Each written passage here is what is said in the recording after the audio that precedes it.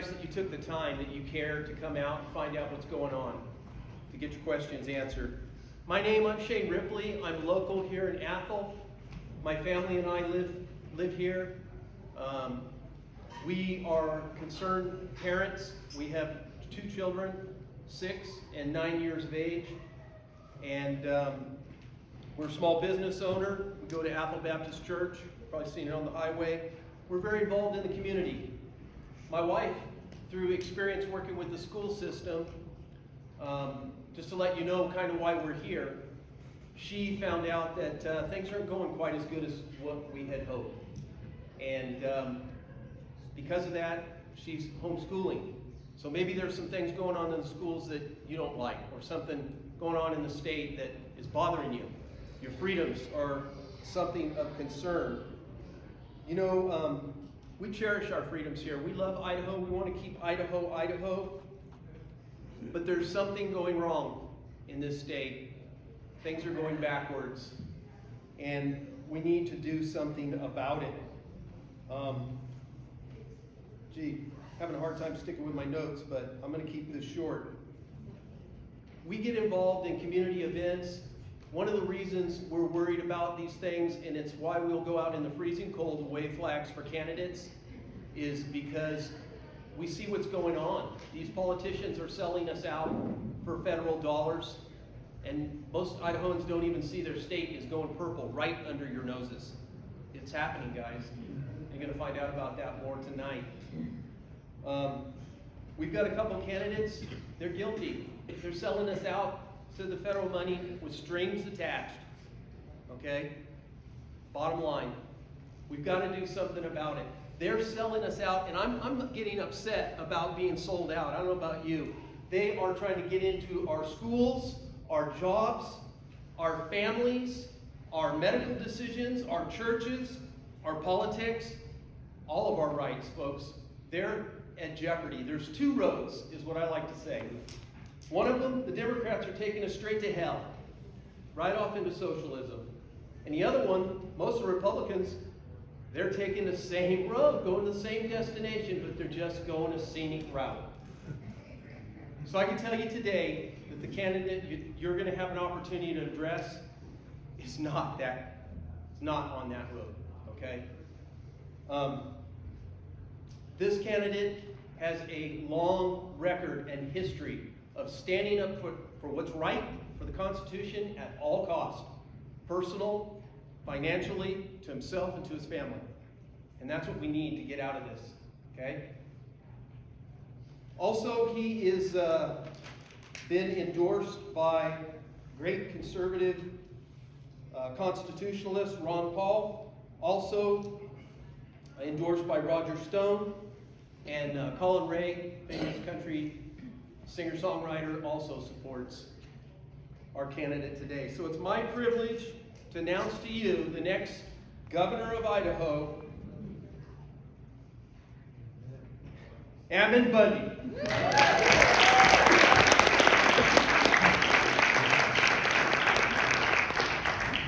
All right, thank you. Perfect. There is a mic so we can pass it around when it's. Can everybody hear me okay? Yeah. I have to admit, it's in the RV. I was trying to get my boot on, and I couldn't get my boot on, so I had to wear these shoes because about a week and a half ago, I dropped a loader bucket on my foot. And I think I broke it, but haven't had time to go to the doctor. But we're good, so I might limp around a little bit. I'm just warning you. And I normally don't like to wear such cushy shoes in public. It's not what a cowboy's supposed to do. Anyway, so just forgive me. Who here, get to know who you are. Who here has heard me speak before? Okay, so I'm assuming, so a little over half have never heard me speak. What about on the internet? Okay, about the same amount, same hands came up. So it's great. So we got a good mix. And I'm sure, okay, let me ask you this. Who's read something about me from like the internet that wasn't from me? Well, it's the same people. That's a good thing. Well, good. So we've got a group of new people, and we've got a group of people that already know a little bit. And I'm here really for one reason. I want to educate you on what's happening with Idaho, and maybe get you to think about things just a little bit different. And I guess if you wanted to add another reason is I want to gain your confidence in your vote. And so that's what I'm here for. So let's get started. I'm going to ask a very simple question, but I always ask this. We've just got one side here, so you have to focus over here. Hopefully you can see it. Can you see it okay over there? Yeah. Okay. All right. But I think we need to lay a foundation of what freedom is. Because I have to admit, until it really affected me and my family, I hadn't thought about it much. I knew what it felt like. I knew it was important. I knew that I was inspired by it. I knew that others had sacrificed for it, but I didn't really understand it. And so I want you to ask the question to yourself, and then also anybody who wants to try to answer this question, what is freedom? So give me your thoughts. What is freedom? We have a mic here. We're going to try to pass it around if we can. Riley, do you want to do that? So, because we're going to have a conversation here. I'm going to show you a bunch of stuff, but I want everybody to feel open to talk, because I think that's what's going to be best. So, what is freedom? What is freedom to you? Right here. Right here, Riley, run it over here so everybody can hear. We're in a big room. By the way, what a beautiful place to meet, right? I mean, I want to think. So I think freedom is doing whatever you want to do without hurting other people. Wow, that's pretty good. Okay, very, very good. What? Anybody else? What is it to you? What is freedom? Don't be shy. Right here. Riley's running. He's gonna be sweating by the time this is over. Your God-given rights. Very good. It is. Freedom is given to us from God. Right here. Riley. I think we take it right from what it says in the Declaration of Independence, that all men are created equal and we have the right to pursue happiness and liberty. Okay. Well, right here, Riley. I just think it's the freedom to make your choices and live your life without any government interception. I think that's good. I wouldn't disagree with any of those. There's one right here. Go ahead. Freedom of speech, freedom to bear arms. Okay. Okay, so we got another one right here. So yeah, I would say that freedom is part of the liberty equation. It is, liberty is the freedom plus responsibility equals liberty. Okay. It's whatever. So I'm going to offer you this definition, and I certainly think everything that was said here, I don't disagree with anything that was said here. As a definition, I'm going to try to convince you that this is probably the closest definition we can have to freedom. And that is the ability to do whatever you want, as long as you are not infringing upon another person's rights. Now, as spoken, freedom of worship. So how would we apply that to that definition? Well, I can worship whatever I want, as long as I'm not infringing upon another person's right. We believe that, right? In this country. I can worship a yellow dog if I want. In my last meeting, the guy says, well, you might get fleas.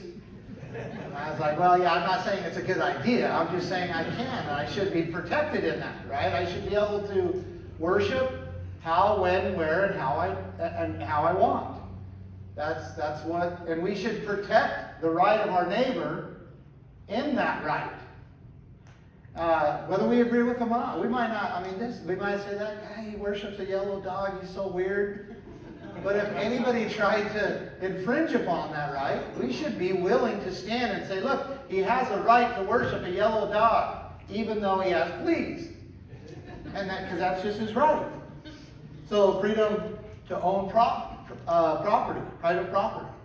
So how do we apply this to that definition? The right to do whatever you want with your property as long as you're not infringing upon your neighbor's rights. Are we losing that right? We are, right?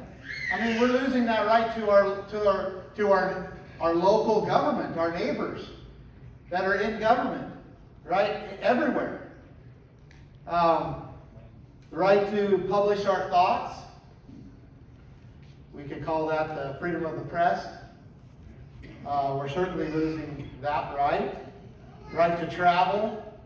Right to trade with each other.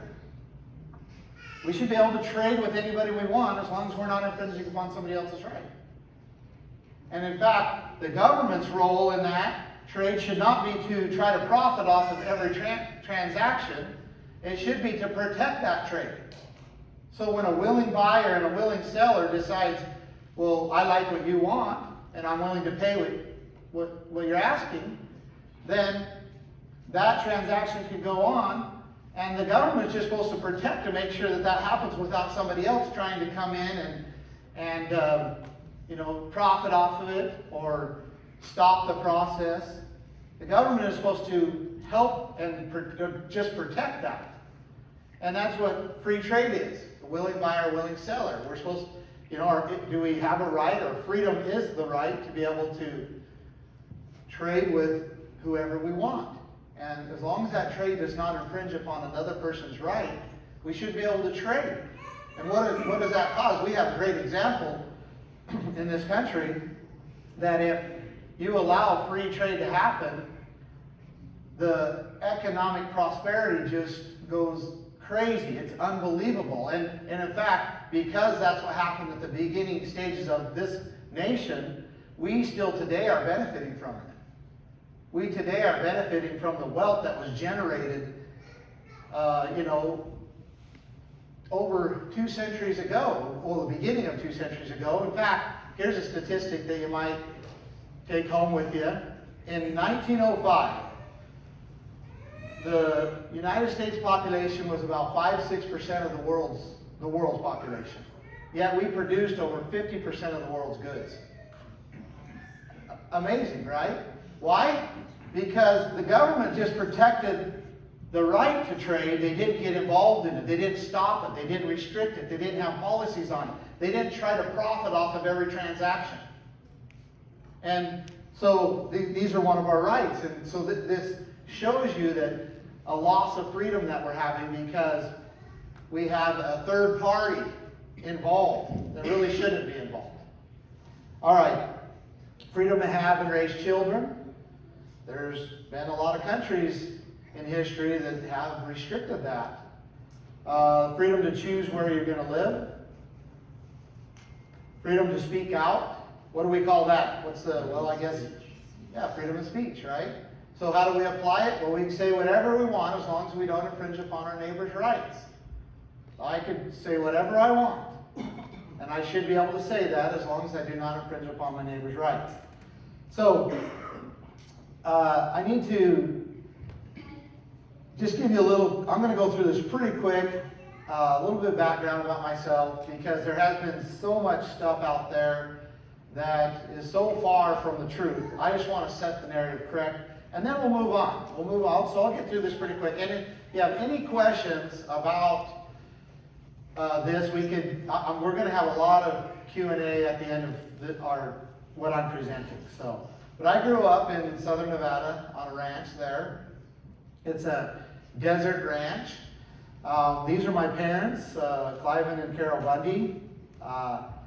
They don't look too scary, right? There's a lot of people that are scared of my dad.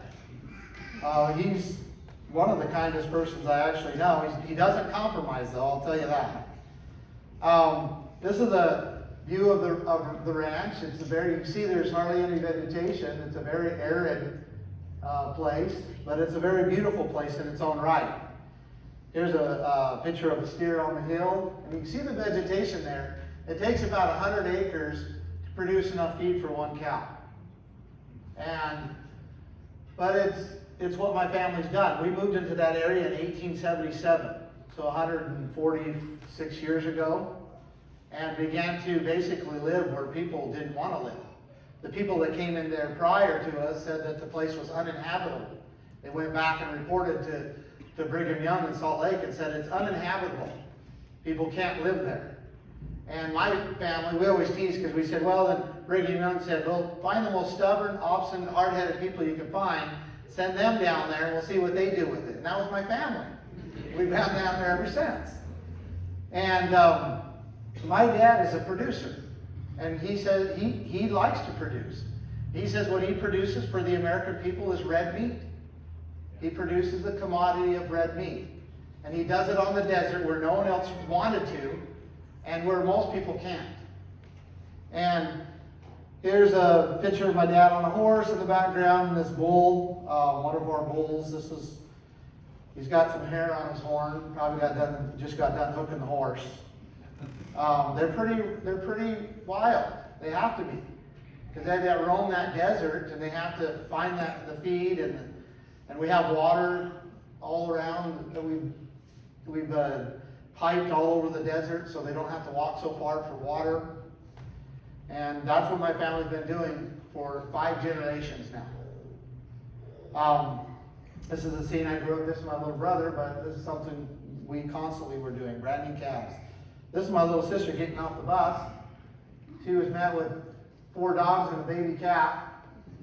That calf was actually, the mother was hit on the road when she was almost ready to have the calf, and the mother was dying, and my dad C-sectioned the calf and saved its life.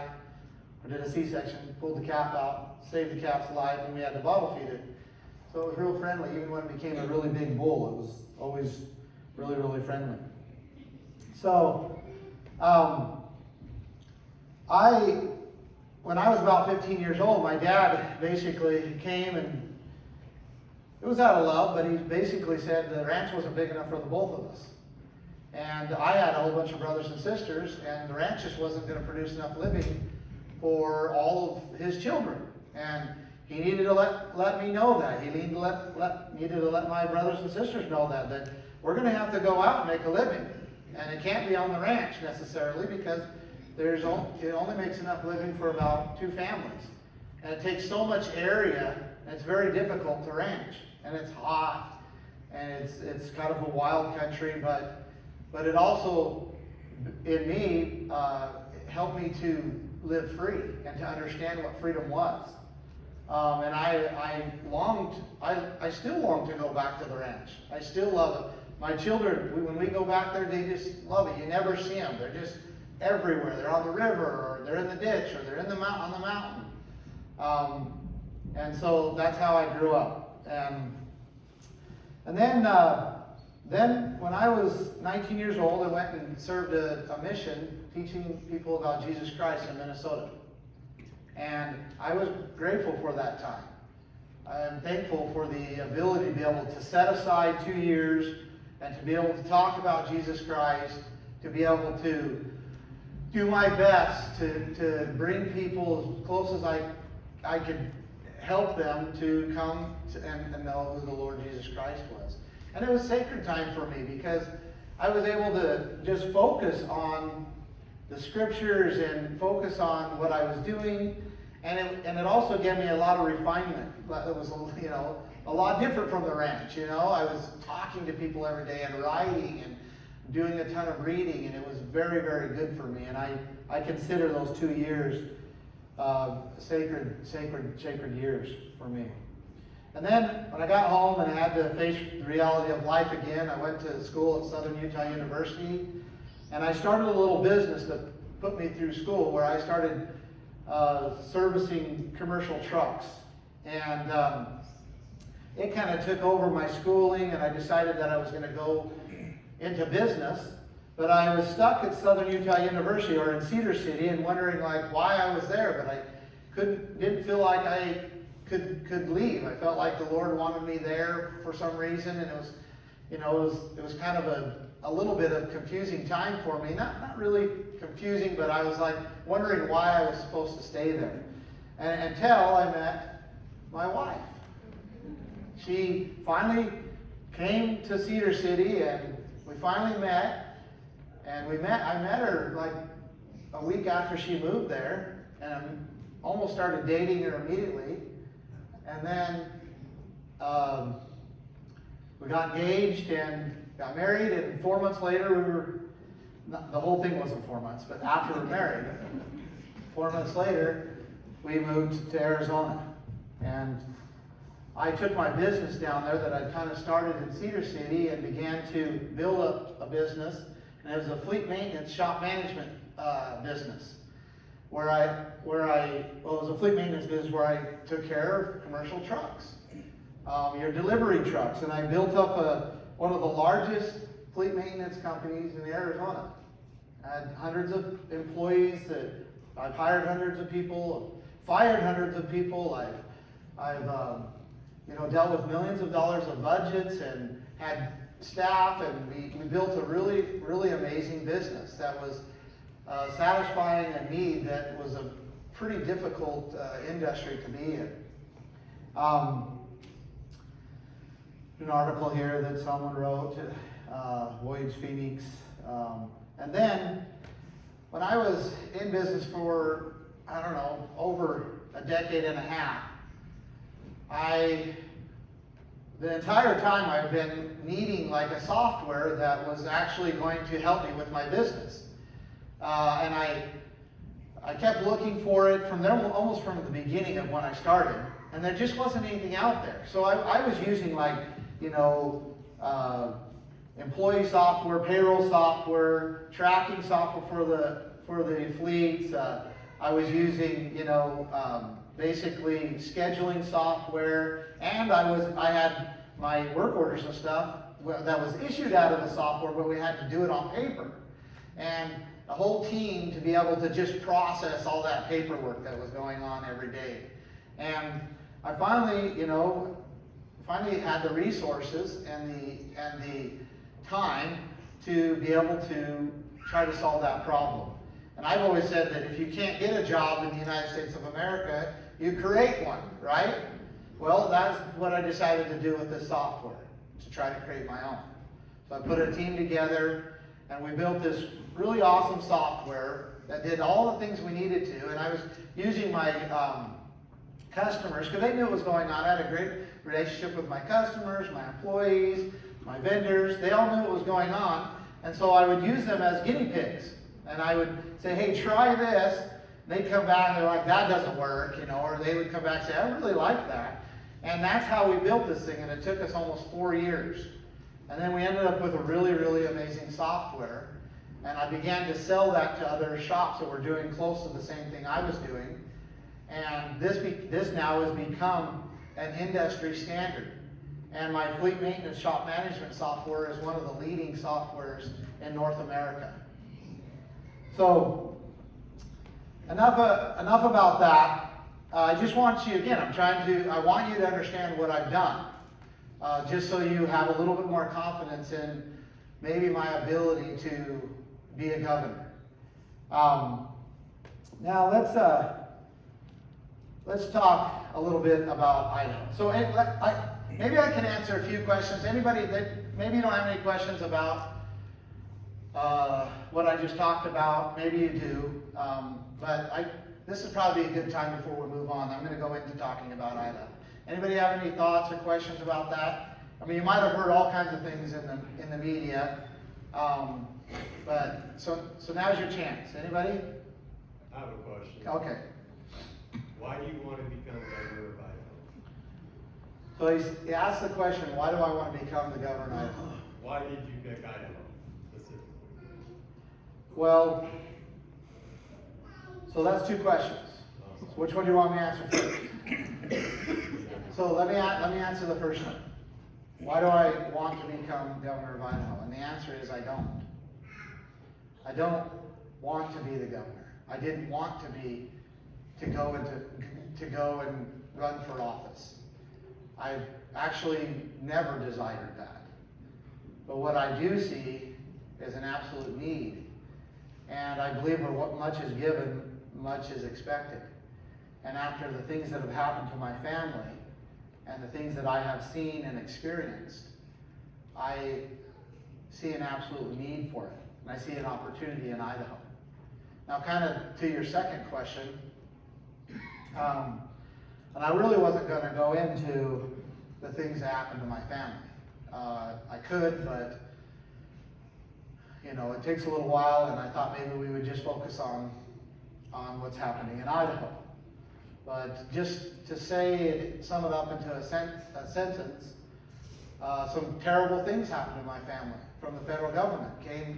Tried to take my father's ranch after 140 years and say it was theirs. They tried to say that all those rights that we had established for, you know, a century and a half, that were deeded with the state of Nevada, that were clearly ours. The federal government tried to come in and say that they weren't our rights, that they were privileges. And my dad said no. And the American people responded and protected us. And then they prosecuted us, and we spent 2 years in federal prison. Never once able to have any contact with our wives or children. They rounded up the whole family. They rounded up a whole bunch of other people and put us in prison. Half of that time I spent in solitary confinement in a 10-by-7 concrete box, never having any contact with people other than them pushing a plate of food through a little hole in the door.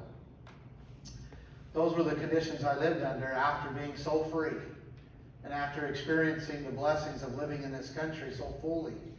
And then those were the conditions I found myself in, and with knowing my brothers and my dad and many others were there beside us, are in there as well. And so when I got out, at first I didn't want anything to do with government. I even refused to register to vote. I just didn't want anything to do with government. All I wanted to do was take care of my little family, and I wanted the rest of the world to just leave me alone. But 2020 taught me that they were never going to leave us alone, and taught me that what they did to my family and what we saw and experienced doing to my family and others, we saw it in the ranching community. They just devastated the ranching community through federal force and overreach and control. So I've seen it my entire life. But what they are doing to my family and other ranchers and land users was exactly what they were started to do in 2020 to everybody. So, you know, we had clear rights, deeded with the state, they were ours, and they wanted to say they were a privilege. Well, we also, all of us have rights, right? Like the right to worship. But what happened in 2020? They wanted to say it was a privilege. That they can tell you whether you can worship or not. That they can tell you whether you can leave your home or not. In Idaho. That they can tell you whether you can travel or not. Whether you can trade if you're in business. Whether you can open your doors in business or not. They were taking our rights given to us from God and trying to say that they were a privilege.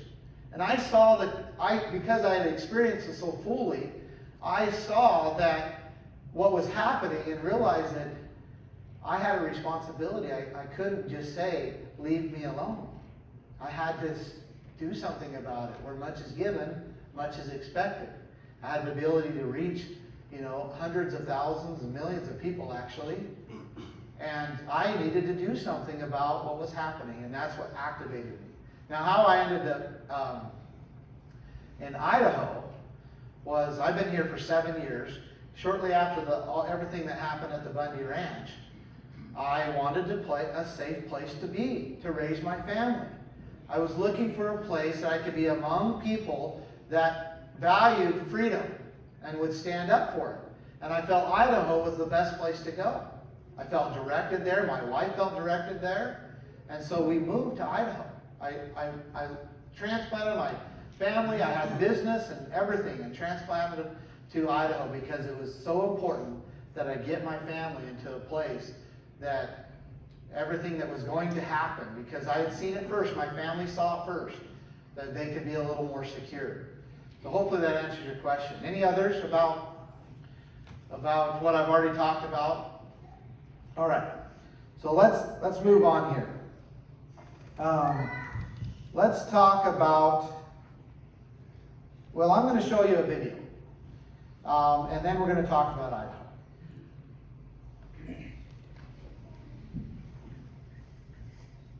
Well, maybe I'm going to show you.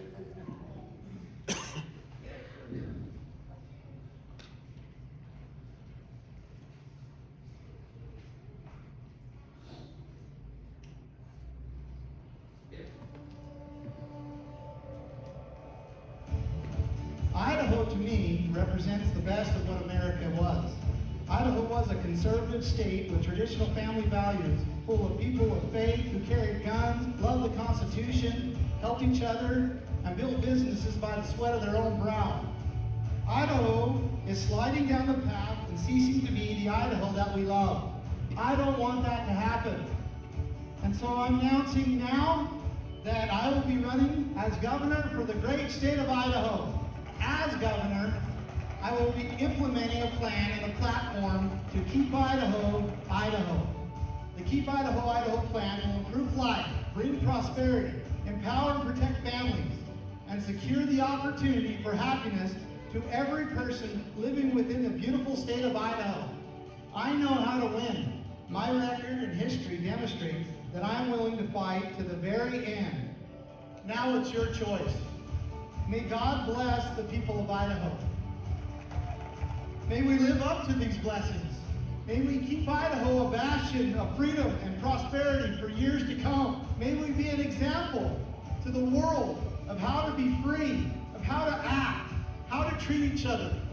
And together, all of us together, may we keep Idaho, Idaho.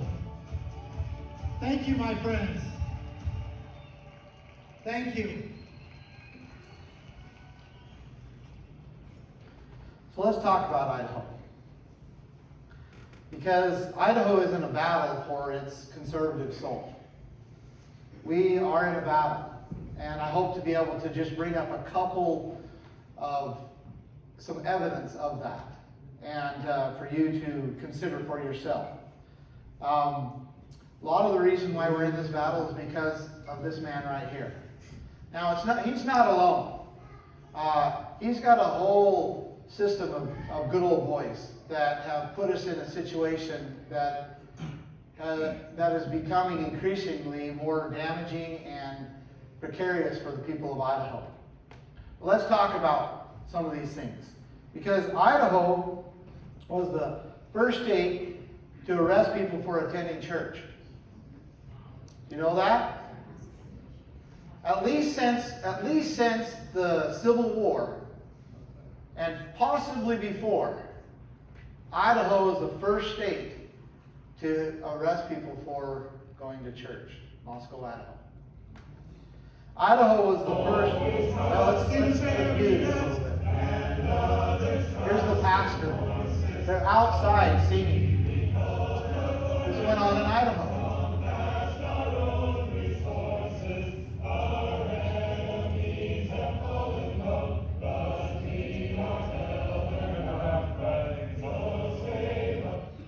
Idaho was also the first state to arrest a mother for going to the park with her children.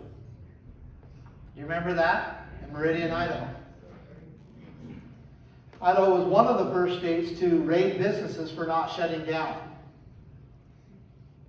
And why were police officers acting in this way in Idaho? What was their? I can't put my mind around exactly why, but I mean I could kind of point to their justification. But this individual right here actually works for Idaho State Police. He's undercover.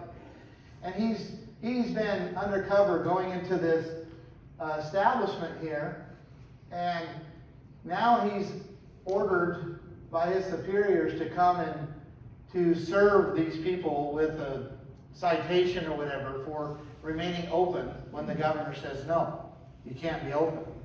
And listen to what he says. He tells you why he's doing what he's doing. Real quick, this is from the state. Would you say that again, sir? Handing that letter back. Now, I would like to hear him identify himself again. I'm Jay Schweikman with the Idaho State Police. I'm just delivering this letter in response to you guys opening it, in contrast to the stay-at-home order. So did you hear that? he says, he identifies himself, he says, let me get back to it. He says that he lists his name, and he says that he's here serving this order or whatever because you violated the stay-at-home order. And that's why he's here. It goes on, actually, it talks about basically how they're both veterans. They sympathize with the business owners, but they're just obeying orders. Now, a few days later, Idaho State Police came in and raided the business, took properties, and began prosecuting the owners. And this is in Idaho. Again, why are they doing this? Because of this man's order. He gave an order. It was an unconstitutional order. It was an unlawful order, but he gave it, and officers are just following his order. Now, let's talk about this order, because we might want to say, well, you know, there was a pandemic going on, and he was wanting to protect the health and safety of Idahoans. Now, I don't know whether you believe that or not. I don't. I'm going to show you why I don't believe it. But maybe you can say that. But who remembers when the first emergency order was put in place? Anybody remember the date? March 13th? Yep, you're right. Now, something interesting happened on March 13th. And that was that President Trump released or announced that he was releasing $50 billion in federal funds to states that were in emergency status. So it's kind of a coincidence, right? That we were put in emergency status on March 13th, the same day that President Trump announced that there was going to be $50 billion for states that were in emergency status. But maybe we were. Maybe Idaho really was in emergency status, right? Maybe, it was just devastating what was happening, right?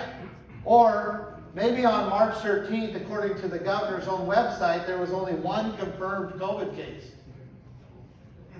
March 13th, in response to the first confirmed COVID case. So, yeah, we had one case. One case. And he put the state in a state of emergency. I don't think he did it because of our health and safety. Now, let's ask the question. Who remembers when Governor Little put us in extreme state of emergency? See, he did both. He did, what date? Do you remember what date that was? It wasn't long. It wasn't. It was on the 25th of March. So just 10 days or so, a little over that, later. I guess it would be a little under that. So, interesting enough, March 25th was the same day that President Trump and Nancy Pelosi, Speaker Nancy Pelosi, said they made a deal to release $2 trillion of federal fundings for states that were in extreme emergency status. And according to a report on that day, we had 136 confirmed cases. Well, actually, unconfirmed cases. This was just a report that was, one of the media. And whatever that means, right? Whatever that meant at that time, 136 confirmed cases. So you can see that I'm not so sure he was motivated for the health and safety of Idahoans. Now, if you look here at some of the things he says, he actually talks about what he's doing. This is one of his emergency, or one of his proclamations or orders. He says, and securing millions of dollars in funds, whereas on March 13th, when the first case of COVID-19 was confirmed, I issued, basically put the state of emergency, then he says so on and so forth. And if you remember, if you look down here, if you can see it, remember this section 46601, because that was the authority he said he had to do it. That was the statute. We're going to talk about that a little bit. So remember 46601. Now, here he's thanking President Trump for $1.25 billion that he's received. And he's also basically saying, we're going to get more money. This is Executive Order 2020-07. I believe it was the 7th order he did in 2020. And it completely explains why he did what he did. And so he says, whereas I issued a proclamation on March 13, 2020, declaring a state of emergency. Whereas I issued a proclamation on March 25, 2020, declaring a state of extreme emergency in the state of Idaho. Whereas Congress has passed and President Trump has signed 3 legislative packages to provide state funding in response to COVID-19. So he starts to say why. Whereas I anticipate additional congressional actions on a federal relief package to states regarding COVID-19. He says, we're going to get a whole bunch more money, right? There's more coming. There's more coming. Therefore, I'm declaring these things. Then he says, well, I've done this. Now, therefore, I, Brad Little, governor of the state of Idaho, do hereby order the creation of a COVID-19 Financial Advisory Committee comprising of members appointed by and serving at the pleasure of the governor. So he's going to take his buddies, he's going to pick them, he's going to take his buddies, and they're going to create a little committee, and those people on the committee, they serve at his pleasure. Right? He says it. They're serving at the pleasure of the governor. So they're there serving, and then together, quote unquote, they're serving him, right? They're going to decide where this money goes. They get to decide. And in fact, he says on the next page, for the coronavirus relief funds and other funds to be administered by the office of the governor. How are funds supposed to be administered in the state of Idaho? By the legislature, right? That's correct. They're supposed to be our representatives, who we elect, are supposed to go to the Capitol, and they have all the funds that we have collected for whatever reason, whether you like it or not, really, whether you think it's a waste or not. That's a whole conversation that we should have sometime. But then they get to decide, because they're our representatives, because we're supposed to be a people, a government of the people, by the people, and for the people, right? So they're supposed to go there and decide how the funds that come to the state of Idaho will be distributed and used. The governor here is saying that we're going to receive all this money. A few of my buddies that serve at my pleasure are going to create a committee, and we are going to decide how the funds are spent, and it's going to come out of the office of the governor, not the legislature. Do you see a problem with this? It's a complete usurpation of the way it's supposed to be. We're not supposed to be a system of government where one man and his buddies decide what goes on. That's not the United States of America. That's not Idaho. That's not even a republic form of government. That's not representative government. That's something else. What do we call that? Tyranny, dictatorship, monarchy, right? And these are not hyperboles. I'm actually saying this is what he's done. He took the power that was supposed to be the legislature, that was supposed to belong to the legislature, our representatives, that they were supposed to check and balance each other and kind of debate and all get together and finally decide. He took that power into himself and said, hey, me and my buddies that serve at my pleasure get to decide where this money goes.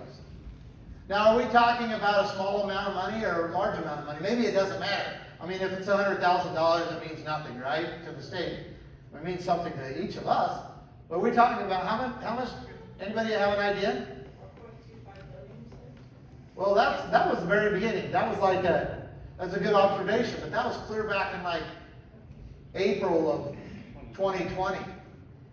He's received over $18 billion now from the federal government,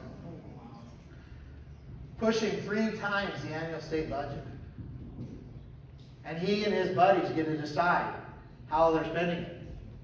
and his buddies serve at his pleasure. It doesn't sound like Republican form of government. It doesn't sound like representative government.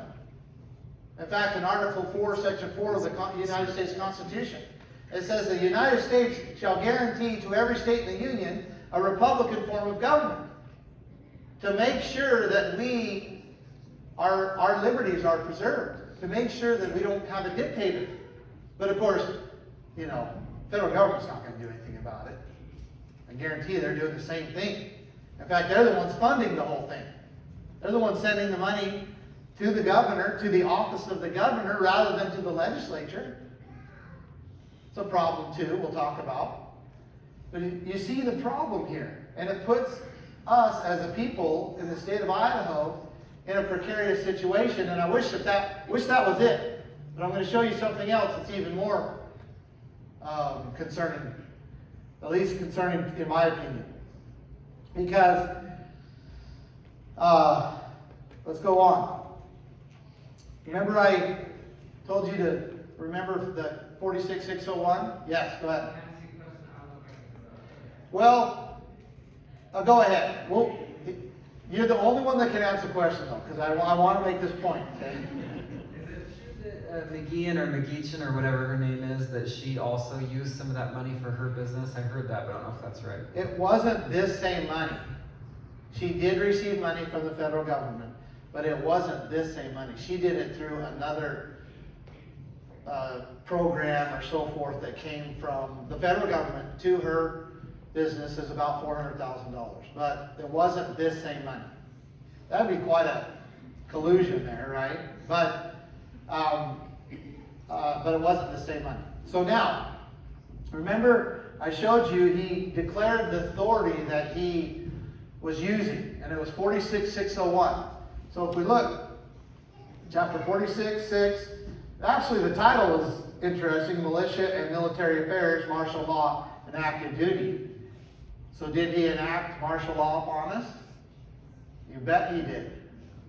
You bet that was the authority he referenced. 46601. Now let's look down here. Section 2. During a period of state of extreme emergency, which he put us in, right? The governor shall have complete authority over all agencies of the state government, including all separate boards and commissions, and the right to exercise all policing power vested in the state.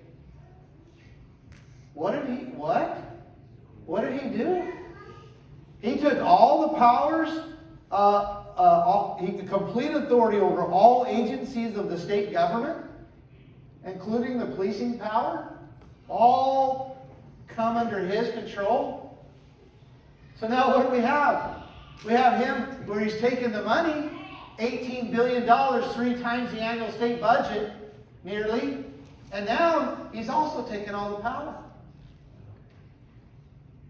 Not only all the powers of the agencies of the state government, including separate boards and commissions, all policing power vested in the state. See, you see it? Do you have a problem with that? Yes. I do. I have a problem with that. That's not. I wasn't born in that situation. I mean, I'm not going to live that way. I don't believe in dictatorship. I graduated from public school, but I still learned. That dictators were a bad thing. That they were something that happened in other countries. That to put the power under the body of one man or a very small group of people was a very bad thing. That power was best to be distributed among all the people. That the people were the ones in charge. That they were the sovereign. That's what I was raised to believe and understood. That's what I thought we were fighting for. That's what I thought our troops and everybody was fighting for. To make sure that what happened in other countries didn't happen here. But yet in Idaho, under our own governor's control, he took the powers of the legislature to himself, and then he basically Well, he did. He took all the rest of the powers of government unto himself as well. And like I said, I have a real problem with that. So what did he do with it? Well, we just saw some of the effects he did with it. He issued this. One of the things he did, he issued this order. And he said, look, read that first line, or the first highlighted line. This order directs all individuals, that's you and I, living in the state of Idaho, to self-isolate at their place of residence, except that they may leave to provide, basically, unless I give you permission. That's not freedom. That's not liberty. Then he goes on and says, I'm directing all businesses, government agencies to cease non-essential operations. Well, what does that mean? If you have a business and you're making a living for your family, and you have employees making livings for their family, how could that possibly not be non-essential? I know that paying my bills and being able to provide for my family is essential.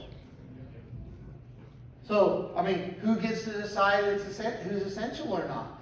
I guess the governor, because he took all the powers of the Idaho government. I guess he gets to decide. Him and his, well, maybe just him. Maybe he'll include his buddies that serve at his pleasure. Maybe. Prohibiting all non-essential gatherings of any number of individuals. Well, that's why they're arresting people for going to church. I thought the First Amendment protected that. I thought the Idaho government, I don't have my Idaho Constitution, dang it, I wanted to read you something. Oh, well, that's the U.S. That's the U.S. I got that one, but I need the, anyway, I'm going to give you an assignment. Go read Article 4 of the Constitution, then read also the very last section, or Section 4. Then read the very last, you got it? Oh, perfect. Perfect, you're awesome. I normally have it in my back pocket. I don't know, maybe the loss of my boots threw me off. Let's read this. It's amazing. Boy, that's really small print.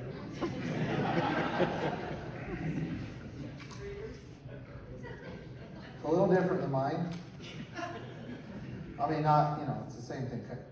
The guarantee of religious liberty. I literally do not know if I can read this thing. Anybody's got really good eyesight? Try it. It might be the light, but I think it's more. Look how small it is. It's awesome though. Thank you for having me. Smaller line. Okay. This will be a little project here. Section 4, Idaho State Constitution. The exercise and enjoyment of religious faith and worship shall forever be guaranteed, and no person shall be denied any civil or political right, privilege, or capacity on account of his religious opinion. Now, we go to the very last section of the Idaho Constitution. I really enjoy this writing. It says, Section 19, it is ordained that the state of Idaho, it is ordained by the state of Idaho, that perfect toleration of religious sentiment shall be secured, and no inhabitant of said state shall ever be molested in person or property on account of his or her mode of religious worship. Yet in Idaho, thank you, Wendy. Thank you very much. I'll make sure you get it back. But in Idaho, under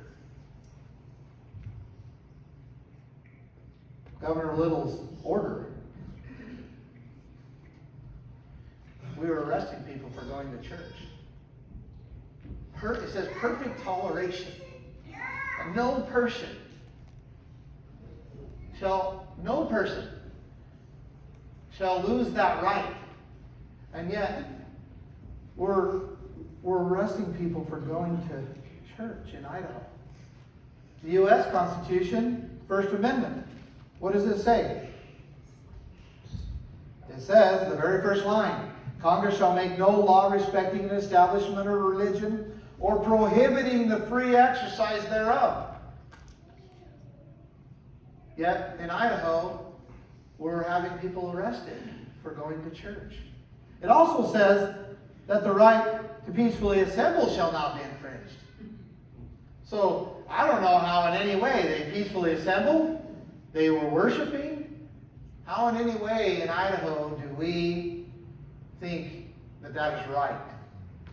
And if we do not think it's right, then what is it our duty to do? So, I could go on.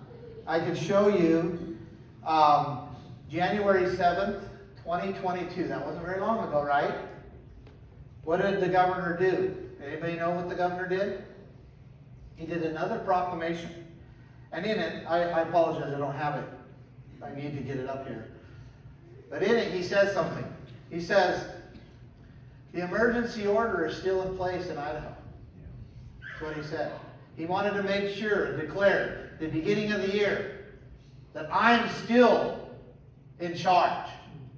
That I still get to decide and take all these federal funds, and that I'm still the one in control. He wanted to make sure that he declared that, and he did in a proclamation on January 7th, 2022, so just a few days ago. Not very many days ago. What, 7 days ago? So, I might have lost. What day is today? I forgot. 14? What's that? Oh, 7 days ago. Yeah, 7 days ago. So I wasn't wrong. You were close. You did fine. I've been traveling all over Idaho. I don't know how you're. I've been in that RV just going like crazy. I bought that RV, it had 16,000 miles on it. We just turned 30,000. So I've been trying to share the message, you know. Where much is given, much is expected. That's why I'm here. So anyhow, 7 days ago. Yes. So who should have stopped that? Well, At the time he put in the emergency and then the emergency, super emergency, who should have stopped that? maybe the UN, I don't know.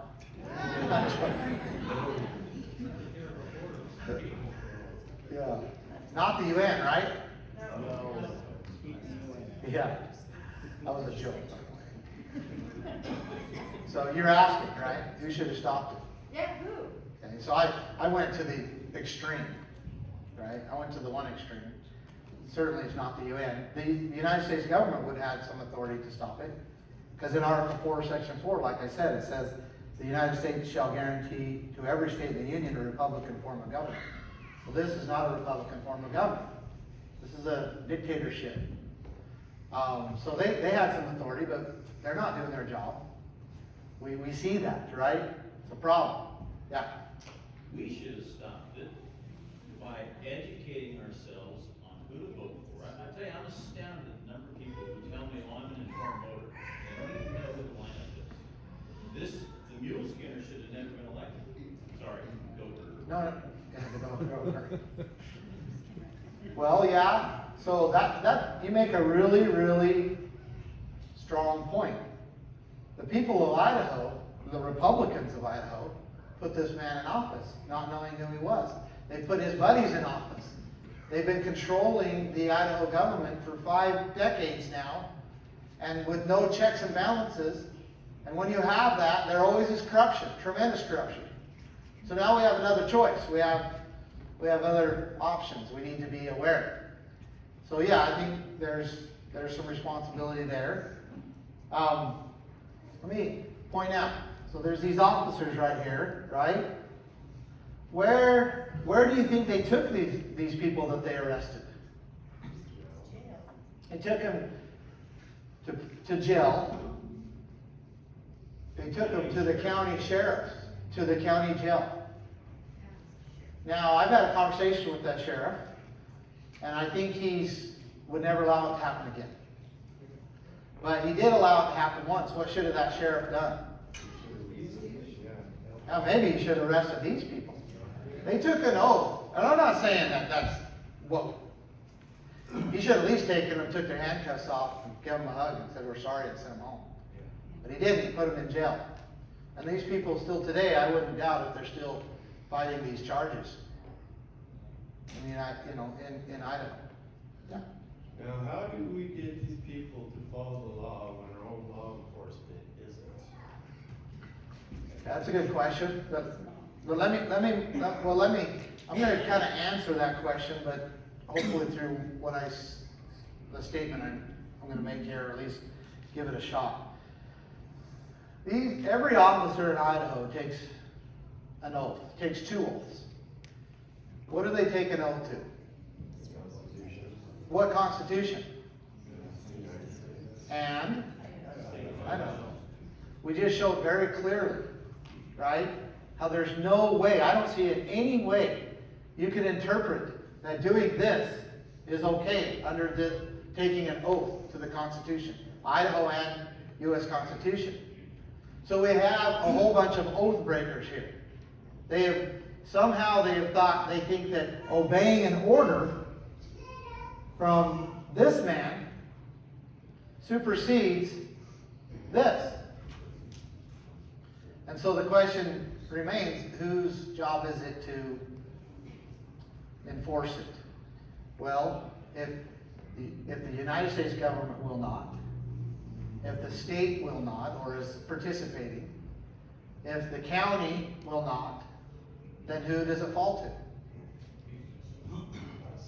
It falls to the people. Unless we want liberty, can liberty be lost? Yes.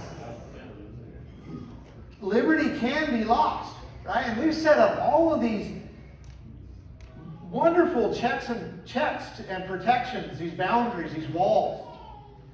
The United States government is supposed to protect the people's rights against the rest of the world. They're also to be a check and balance if the states got out of control and started infringing upon the people's rights. That's what was by design. The states were supposed to protect the people from the federal government, or check and balance the counties or the other municipalities if they got out of sorts and began to infringe upon the people's rights. The county, in particular the county sheriff, is supposed to protect the people's rights against anybody who comes.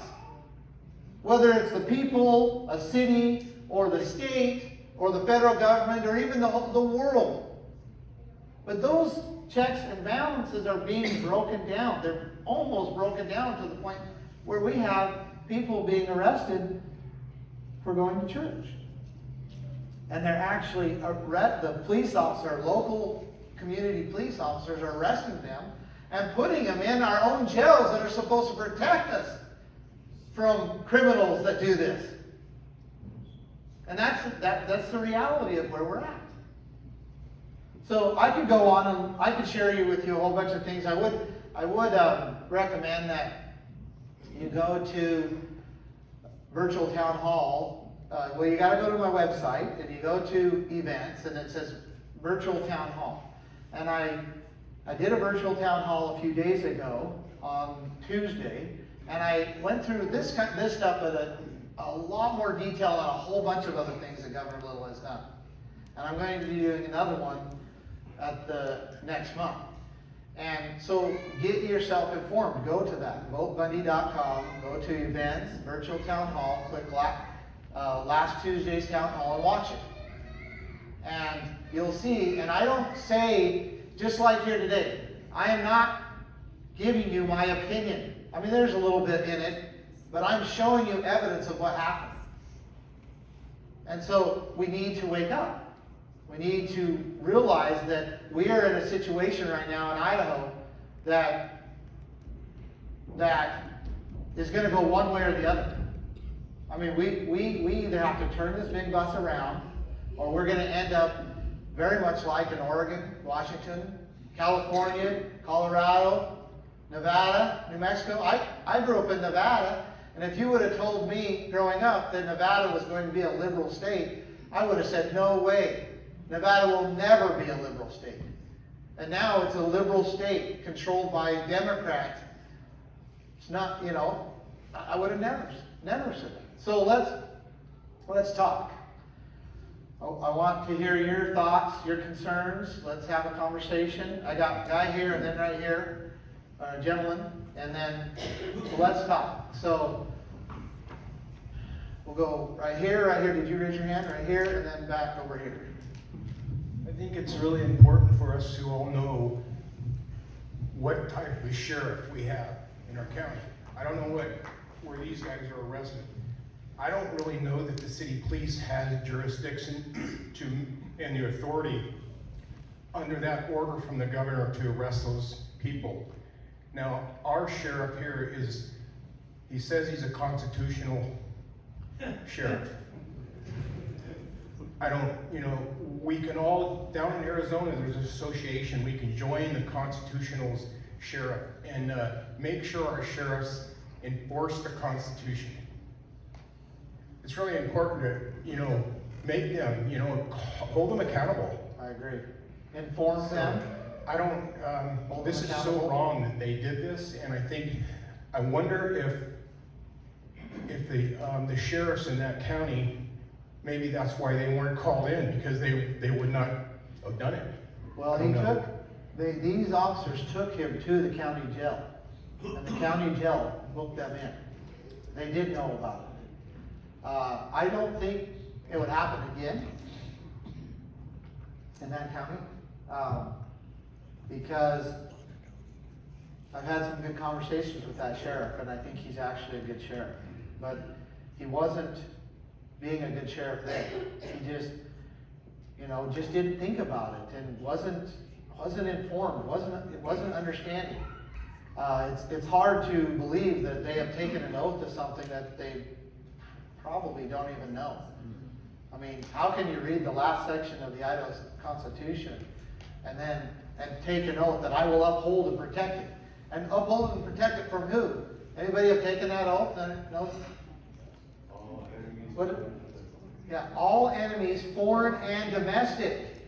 I will uphold, protect and uphold the Constitution, both the state and Idaho, against all enemies, foreign and domestic.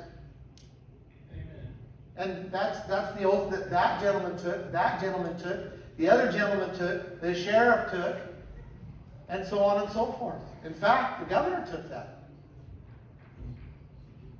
So, major disconnect. You're right. And we do have to be patient, but informing. Okay, you're fifth. I got to stay in order here. Right here, and then right there. So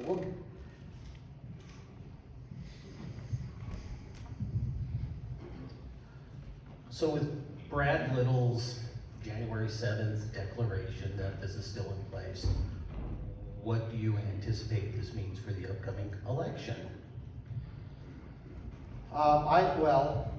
Brad Little's going to be running on that he saved Idaho. He saved Idaho. He has to run on that. And unfortunately, I'm going to show you something here. Unfortunately, I don't know how I present it to you. I'll show you, but a lot of Idahoans still believe that Brad Little, did save them, or they're uninformed. Now, because we did a survey, I'll show you. We did the survey in August 2021. We asked the question, would you agree or disagree that a state governor has the authority to shut down churches? 40%, agreed that the governor has authority to shut down churches. We asked another question, would you agree or disagree that a state governor has the duty to protect people's rights to worship, travel, and trade with each other? 74% said that they agreed. A little better, but they agreed that the governor has the authority to, protect the right to worship, travel, or trade. But what did Governor Little do? He infringed upon the right to worship, travel, and trade, right? So then this question was asked. There was 5 questions was asked, and I'm just going to show you this one. So then the question was asked, well, out of the leading candidates, who do you believe would be most willing to protect the right to worship, travel, and trade? And this was a statewide survey. It was done by an independent company, and these are the results. 40% believe that Brad Little would be the most willing to stand for your right to worship, travel, and trade. So there's a major disconnect, right? There's U.S. representative in District 2 out east, who's been in Congress for a long time, U.S. Congress, and he's proposing the removal of the dams in the Snake River. And so there was a survey done that asking if you support the removal of dams in that district. And almost, I want to exaggerate, almost 90%, so like 87%, disagreed with the removal of the dams. Then in the same survey, they were asked if they would vote for this representative, and 73% said they would vote for it. So major disconnect. Like, so one of you said, I can't remember, said, you know, we need to be responsible if we go vote for it. But we need to understand who they are. So there's several other surveys, but okay, right here, then right here.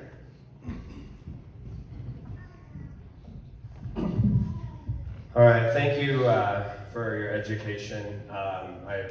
You said that was your purpose here, and I think that you're doing a great job with it. I'm the youth person for the KCRCC, and I'm the director for the northern 5 counties of the Idaho Young Republicans. And the goal here, like you said, is to take down the tyranny, and it's very clear who the tyrannical person is here. It's Brad Little, right? Brad Little and his cronies, and his right? establishment buddies, yeah. Right. So the education piece of what you're doing is amazing. In terms of running for governor specifically, okay, and this is a 2-part question. The first part is you and Janice have the same type of following. It's patriots, right? And it's the confused people that, like you just described, who will vote for Simpson and who will also, don't want the dams removed, even though he said he's going to remove the dams. We're in an information war, right? And the only way to win that war is to educate and wake people up to what's going on. So I appreciate your survey. There was obviously a poll done last week, and in that poll, you're number 4 behind Ed Humphreys, right? Why? I've never seen a poll like that. That was last week. The poll was, you were at 3%, Ed was at 5%, Janice was at 14 or 15, and Brad was up in like the high 40s or something like that. That's not accurate. It is accurate. I think you flipped Brad Ed and me around. I'm not, but either way, the point is that the goal is to take down Brad Little, right? So if the goal is to take down Brad Little, and you are not up and the best person to do that, and sure, what you said, I've read your platform on your website. Everything that you say you want to do long term is I am fully on board with getting rid of the property taxes, getting rid of all these taxes. But Janice has proven as well that she is willing to fight for us. She has done that when Brad has left the state and the Constitution has been left in her hands. She ended the emergency order. She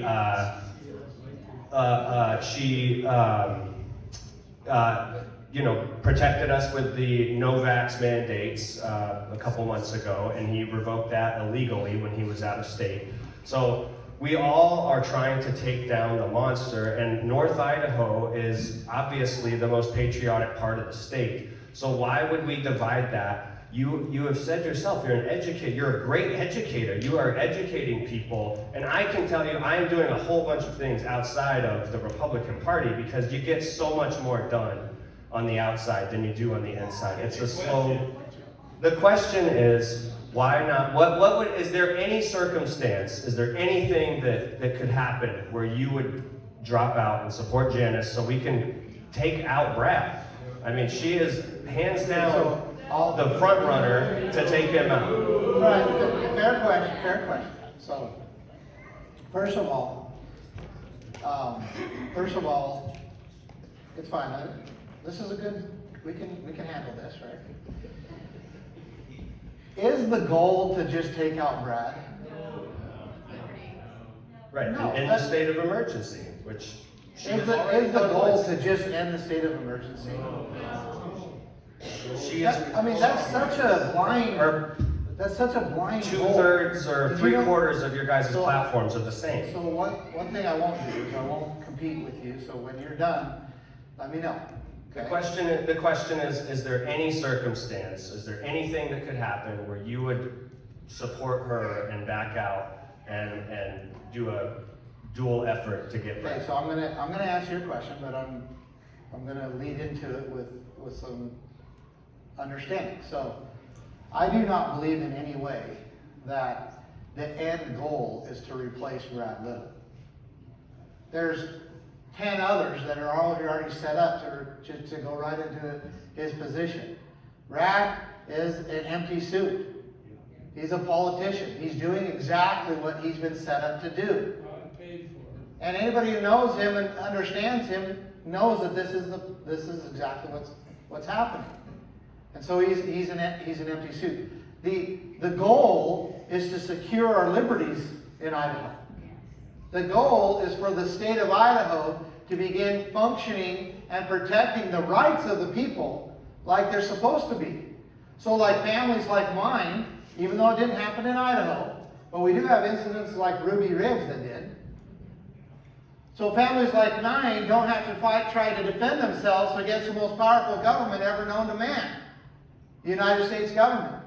What's the state supposed to do when the federal government comes down upon the individuals, the family? They're supposed to stand in the middle and say, you're not going to do that. And just replacing Brad Little is not going to do that.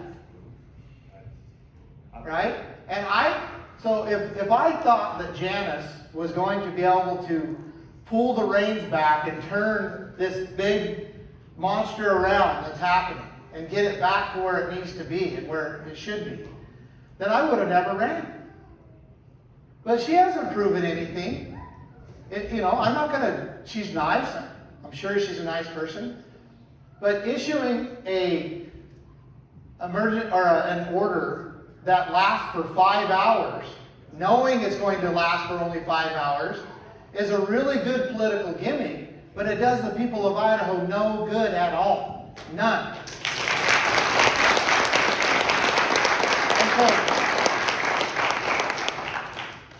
And I am not going to play political gimmicks. I'm not going to just be a politician. Janice has been in for 12 years. 14? So 14 years.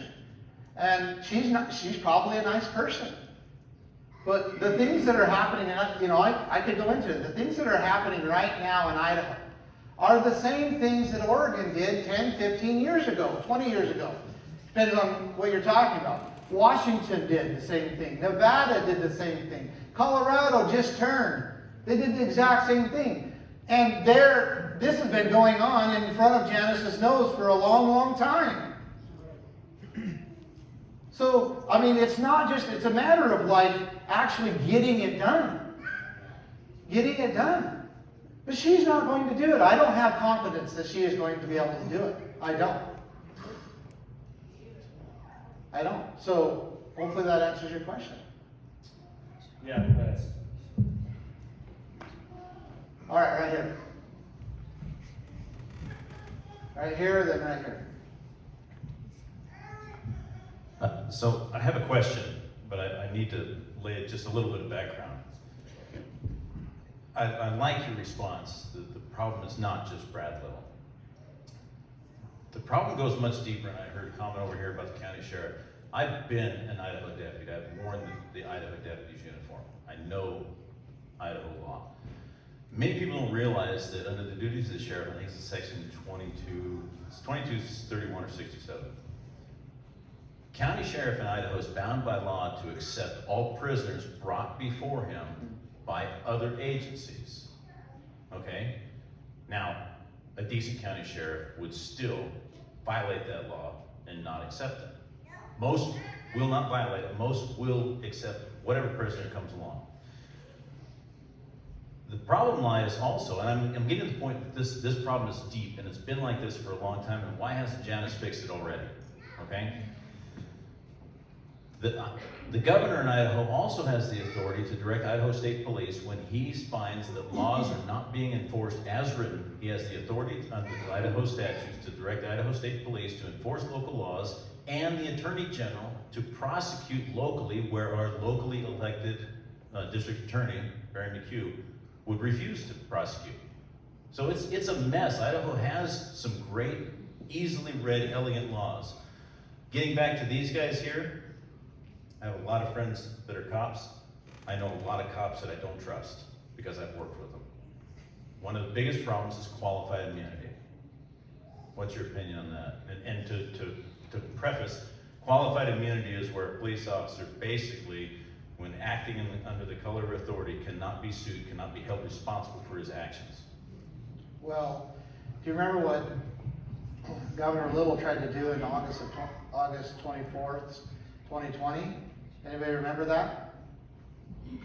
He called a special legislative session. And does anybody understand what he tried to do during that special legislative session? He tried to get the legislators to pass an immunity bill that makes him and all his buddies and anybody else that is enforcing and doing the things that they're doing when it comes to COVID immune, legally immune. So basically the same thing. He was wanting that same protection. Now just kind of go up. One of the things that was happening when the founders and so forth started coming to America and establishing, and there was this conflict between Great Britain and the people of the colonies. One of the things that was happening in Europe at that time was there was basically a dual law. I mean, you couldn't, touch an officer or a lord or anything if you were a peasant, and there was a two-tier legal system. And we are seeing that and experiencing that right now, to where it's okay to kill if you're somehow an officer. It's okay to do these things if you're an officer. It's a two-tier system. But what was supposed to fix that was these. This was supposed to be the law. It wasn't supposed to be the Idaho or the agreement that the county sheriff would bring anybody in that any other agency brought to him. Because in this case, there's a violation of this, and he took an oath to this. So I don't know the answer, but I will tell you what I have proposed in the Keep Idaho, Idaho plan that will certainly help, and there's a lot of work there, is that the state will, under a Bundy governorship, the state will defend an officer who exercises his conscience and says no when he's upholding his oath. They will do that. So because they're left alone.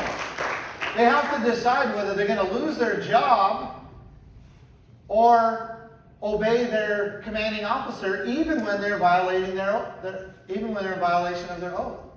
And I think that them knowing that the state backs them and will protect them, will legally fight for them, back them knowing that if they exercise their conscience in upholding their oath. And so that's part of the Keep Idaho, Idaho plan. So thank you. Right here. Wait for the mic though. So thank you for coming. I've had you for a while.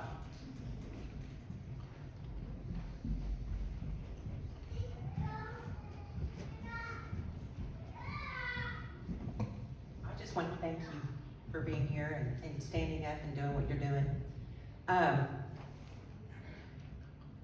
I see emoluments violations.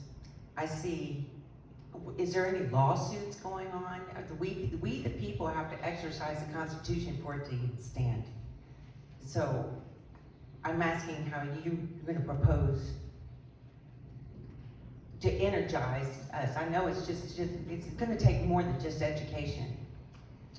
Yeah, it is, and that's why it goes beyond just education. Is there any I'm running for lawsuits governor. against this governor yet? I'm new to the state. Not really. There are some minimal things that have happened in the courts, but we have a Supreme Through Court. the legislature, is there any lawsuits through the legislature? So let me tell you about the legislature, because the laws already provide a way for the legislature to end the order, the emergency orders. And that law, basically, the law says that, I'm going to paraphrase for time, but the law basically says that the governor can exercise emergency powers for 30 days. And if it's something that it's extreme, so extreme emergency, it can go to 60 days. But he can only have that power for 60 days, and he's supposed to use it to protect the people of Idaho, to protect their rights, their life, liberty, and property, right? However, if he doesn't release that power or end that power after 60 days, the law says that the legislature shall convene on the 90th day. And they're supposed to pass a joint resolution and end the order. So that's the way that it's supposed to work, so that if the governor takes on this power, he only has it for a very short period of time, and if he won't release it, then the legislature, it says, shall convene. That way they can go, take back the power, and restore it back to a republic form of government, right? So we called on them to do this. It was June 23rd, was the 90th day of the extreme emergency order. And about 17 of them showed up. It wasn't enough to make a quorum, so they couldn't pass anything. So then we kept pushing and pushing, and the legislature came back. We sent certified letters to every one of them. A bunch of them wouldn't even take the certified letters. And then we hear back from a bunch of them. They say, well, don't worry, we're going to take care of it in the 2021 legislative session. That's a year ago now. So we get into the 2021 legislative session, and the legislature the House starts to do this. They propose a joint resolution, and it looks like they're going to pass it in the House. Then it would go to the Senate to end the order. I'm thinking, great. Then all of a sudden it just stopped. Well, I found out what happened. The governor got all the House together, maybe the Senate, I don't know that, at least the House, and he says, look, if you end the order, then Idaho won't get any more federal funding. And we'll be, the other states will have an advantage over us and this and that. And so they just stopped. They stopped. It just ended right there.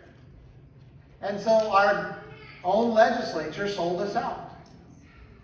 So, anyway, that got some hands raised. So right here, and then we got a bunch over here. We'll go here. So right in the middle. Thank you, Diana. So the money that all of the governor and his cronies have been managing, what's the transparency level on that? I don't have any idea. Almost none. I mean, you have to file a, it's not Freedom of Information, that's a federal. What's the state? Wendy, what's the state? Where did she go? Public records request. Thank you. You have to file a public record request specifically asking for something in order to get that information back, just to see where he spent it. So, all right, then right here. Yeah, go ahead. So my question is, you had said earlier, if I'm remembering correctly, that you would have done things differently than Janice. And it's kind of hard, I think, because she's lieutenant governor right now. So if you were lieutenant governor at this time, what would you have done differently? Okay, so the lieutenant governor doesn't have a lot of power in the government. She is the head of the Senate. What I would have done, I would have wielded that name and that position. I would have united the legislature to get them to end the order. I would have rallied the people, right? I would have used that position as the lieutenant governor. Because by name, she's got a lot of political power. She doesn't have a lot of power in the government. But by name and position, she's got a ton of ability to rally the people. And I would have done it at the beginning of 2020. And in fact, many of you know, I did do that. I just didn't have a position or a name. I did the best I could to rally as many people as I could. And I, like it or not, I was arrested 6 times. Spent 65 hours in Ada County Jail, just peacefully standing up for what was happening. But I had people listening, but I had no position in government. They wouldn't have arrested her. They arrest people like me because we don't have any power in government. And we're sitting there going, look, you can't be okay with this. We cannot be okay with this. And people didn't understand. Then they arrest us because they're trying to do whatever they're going to do. But, that's what she should have done. That's what I believe. That's what I would have done if I was a lieutenant governor. So right back here. And then we're going to come up here. So I know we had 3 of you right here. Go ahead. Why won't Janice, I don't understand why Janice won't debate Ed Humphreys or debate you or debate anybody. If everybody loves Janice so much, why won't she debate? Just do it. Well, we were hoping that, we could have a debate. We could talk about our platforms. We could, answer some questions, talk about our positions, and then that would further inform the people of Idaho to be able to make a decision. But she won't. She won't debate. Ed and I are more than happy to debate, discuss. And if I come away and the people were like, well, I don't like what Ammon said, then so be it. But I think it ought to be the people's choice. And I think having debates that someone is hosting it and mitigating that debate that's equal or fair, or non-biased, I guess, is important, and then the people of Idaho can decide. And she won't do that, and I don't really know why. I don't really know. It's okay, there's 3 people right here that raise their hand. Why don't we just go, there we go. So, you might raise your hand first, but you're going to get the mic last, so we'll just go in order here. So. Could you emphasize the date in May that we vote? Is that May 17th? So the Republican primary is May 17th. Okay. Yes. Yeah, so now's the time that we all get out of our comfort zone and really spread the word. We need to get the conservative vote out. And we need to also let people know what the truly vetted conservative candidate is. We do need a powerful force. And I do think that Ammon is that force. To the young gentleman up front, nice gentleman up front who I think you said you're the chair committee of Young Republicans. It's not a foregone conclusion that Janice is the best choice, and it's just as easy for Janice to actually drop out and not to split the vote.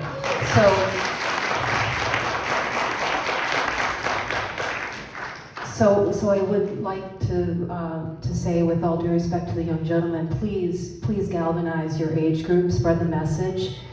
This is not the time for milquetoast. We've got to be in it to win it. I do think this is one of the most crucial elections that we've ever had in the course of our democracy republic. Thank you. The question was asked, that very same thing. No, that's not it. That's a good one though. How important is the 2022 Idaho governor? This was another survey that was commissioned, and you can see what Idaho thinks about it. The most important race ever, or very important? So, you're right. All right, right here, right. You're just going whoever's close, right? So you're out of order. This is kind of in response to that other gentleman's comment about the police situation. I think what you briefly mentioned, that the sheriff maybe should have arrested the police that brought him in, I would agree with that. And I think that what happens is a lot of times people will talk about government being complicated, and oftentimes there's conflicting laws in government, like you were saying about how they have a law where they're supposed to accept prisoners. But what trumps that law is the Constitution, right? That says you can't arrest people for that in the first place. And then what trumps the Constitution is our God-given rights. And so I feel like a lot of times we get kind of stuck in these webs that have been created by evil people in government. And one thing is federal money coming down. I've heard you talk about this before, where the government will take our money and give it back to us with strings attached, and then counties and whatever get into contracts and things with the federal government. So this is what I think we should do. with a caveat, and I'm kind of curious what you think. I know this is not easy to do, but I think this is ideally what we should do, is just say no. The federal government never had the right to take our money. I mean, the Constitution is super simple, right? There's nowhere in the Constitution where it says the federal government can take our money and then give it back to us with strings attached and put us under contract for things that would then have to follow them for, that they didn't have the authority to just make laws for, right? And so I feel like what we should do is just say no. And even if they say, well, or even if the Supreme Court rules that we have to follow something, but we know that it's unconstitutional, it's against our rights, I think that we need to just say no and just get ourselves out of it. And when they say, well, you people before you signed a contract, then we'll just say, well, you never had the authority to make that contract in the first place. That was our money. Exactly. Anyway, just curious what your thought is. I think the biggest hang up to that is the fact that not very many people understand correct government. And so getting more people on board is probably the biggest hurdle to that, but I'm just curious what your thought is on that. So, yeah, very, very good point. Let's you know, we're good at beating up Brad Little right now, so let's just beat him up a little bit more. He deserves it, by the way. So we have where we know he's taken $18 billion from the federal government. Did the federal government just give that to him and say, you know, here you go, Brad, you and your buddies can spend this however you want. You know, good luck. Does the federal government do that? No. It came with very strict strings attached to it. And Governor Little signed what they typically call a MOU, a Memorandum of Understanding, where I understand that I am going to do this in order for this money. Now, one of the things that Governor Little agreed to do was to push what's called the White House profiles, where the White House would send them every week, send them basically what we want you to do when it comes to COVID. And that would be shut down businesses, force masks on children in school. When it came to vaccinations, force vaccinations. You know, stop travel. That came from the White House, and Brad Little agreed to it, and he took $18 billion, and then he pushed it all throughout the state, through the health districts, through the schools, through the sheriff's departments, the cities, all of that. And guess how he did it? Pass a little bit of money, or he says, go to the federal government. Some of them, like the health districts, were going also to the federal government. Some of the schools were going to the federal government, and also getting some of that money and signing those MOUs. This is top-down control. It's not Republican representative government. It's not representative government. It's upside down. And that's why when we went to like the Southwest District Health in our area, when they were trying to pass a mask mandate, or at least when they were, to be fair to them, when they were going to vote on it, we're like, we will not comply. You don't even have that authority.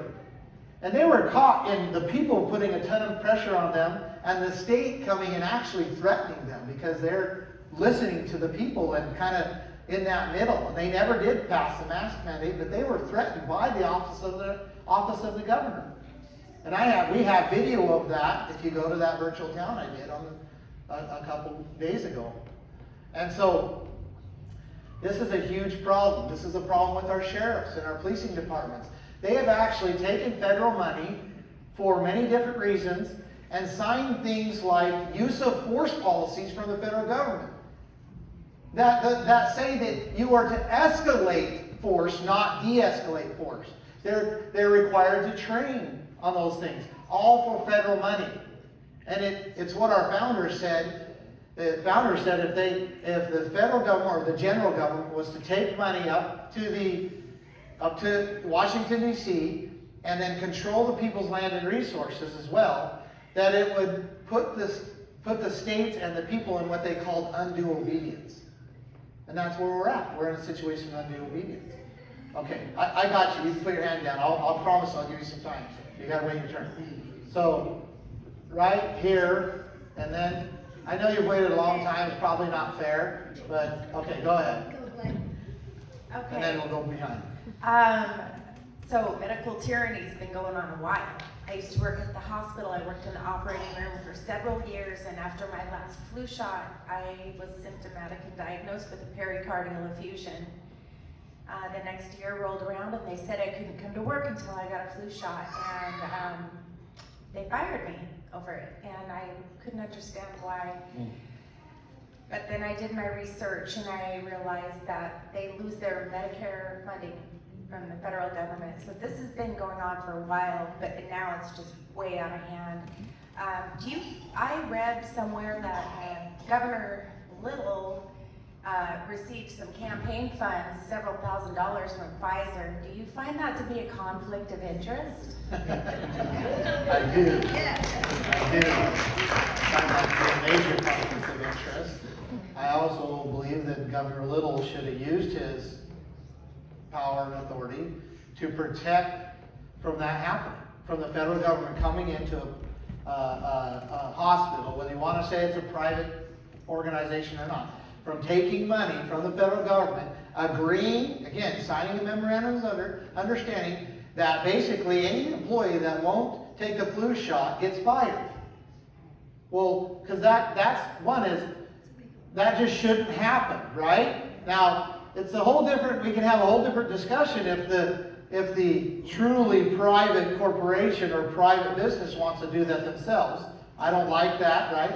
But that's not what we're talking about here. We're talking about the federal government controlling even our corporations in Idaho through the same mechanism of we'll give you $1 million or $2 million or $3 million or $5 million or $50 million, but you will comply. That's a problem. It's happening everywhere. And the governor, again, the state, needs to say, look, we're not going to lose our liberty this way. We're not going to do that. So, I mean, I hope you've been able to get on your feet and everything is better now. God has a different plan for me. Okay. Good way to look at it. All right, right here. Thank you, and thank you for coming. Thank you for having me. One of the biggest things or most interesting things I saw when I moved to Idaho was I signed up for the Idaho GOP newsletter, and I saw, I think his name was Tom Luna, and I saw the fear in that newsletter of you, and that's what made me want to vote for you. My question is... That wasn't a very smart move. I know. My question is, do you have any allies in Boise? So I have a lot of allies in Boise. In fact, the Boise area, you know, I live in Ammon, which is 45 minutes from Boise, and so, you know, a lot of what I was doing in 2020 was over there, and a lot of people, you know, are informed over there. Well, they've made their decision, right? I have a tremendous amount of support over there. There's a lot of undecided people too, but yeah, so I have a lot of allies. I also know how things go, because I'm not very happy with the legislature right now. Yeah, I'm not very happy with them. I've been vocal about it. I'm waiting for them to even just to stand up and just rally the troops, right? And it hasn't happened yet. So I've been vocal about it. So they're, you know, we're not sure, you know, even friends, even good friends that I had in the legislature before are not sure whether they like me or not. But guess what? All of that changes when you take the office of the governor. That's just a reality. And what they lack is leadership. That's what they lack. And they need someone to say, this is the plan we need to go. This is how we're going to do it. Will you get behind me? And together we will move this direction. And then, equally or even more important than a governor doing this, right? Or a leader, whatever, is the people pushing, putting a ton amount of pressure on them. Look, these things need to be corrected. So I see, you know, a governorship under my direction of doing that, creating a path of bringing back these things, and also rallying and forming and uniting the people to push the legislature in that direction. And I mean, I think together we can get that done. I really believe that together we can get that done. All right, so right here, he wants the mic back. I want to preface. Let me say one thing. Can I say one thing? and I'm not saying this I don't know who you are, but I do believe that you are sincere. I believe you're sincere. I wanted to preface this next question with saying I believe in everything you're saying tonight. I see things from the inside, and I'm trying to do what I think is going to get us there as quick as possible, like you do, and therefore rally behind one person to win. But anyway, sure. So. Just a few things you've said. These are your words, so I just need to understand your words. Okay. So you said tonight, and I've seen you say it elsewhere, that you don't want to run.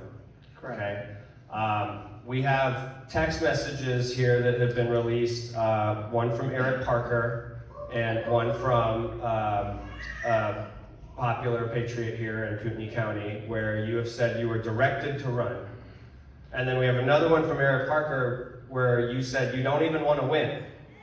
So I have to understand, like, and the part of it that just as a logical thinker that doesn't make sense is, how did you only spend? And I believe me, I've spent 5 days in jail, and that was torture. So I can't even imagine 2 years in solitary. But how did you spend 2 years in jail, and then these other guys, like Todd, spent 4.5 years in prison? Like, if you were in if I was in solitary for a year, I can imagine if someone wanted to come to me and make a deal, I would consider it. So I just want to, again, these are your words, and these are real text messages. I can show everyone if anyone questions their legitimacy. I'll put them up if you like. If we can verify. Sure. That's my question. So what is the question? Who is directing you?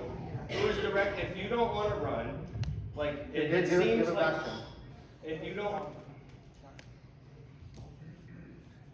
want to run, if you don't want to win, you've said, and there's this discrepancy of time spent in prison, it seems, and you said the word directed. Who is directing you to run? Like, what, is there a person or an agency? Like, question mark. Okay, got it. I got your question.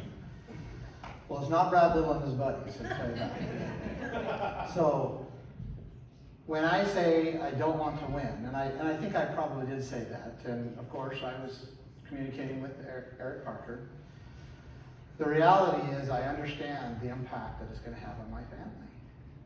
I've got a young family. I've already spent enough time away from them. And even this campaign, you know, I take my children with me when I can, but I've got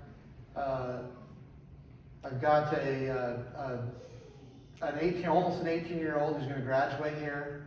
We've got a project that we've been working on that I promised to do when he was 14 years old that still is in shambles, because I've had to basically set my life aside to do this. And so I've explained that. I've been open with that. I don't want to run. I honestly probably don't. I don't like the idea of being a governor. But it is necessary. I believe, and then you say, well, who's directing you?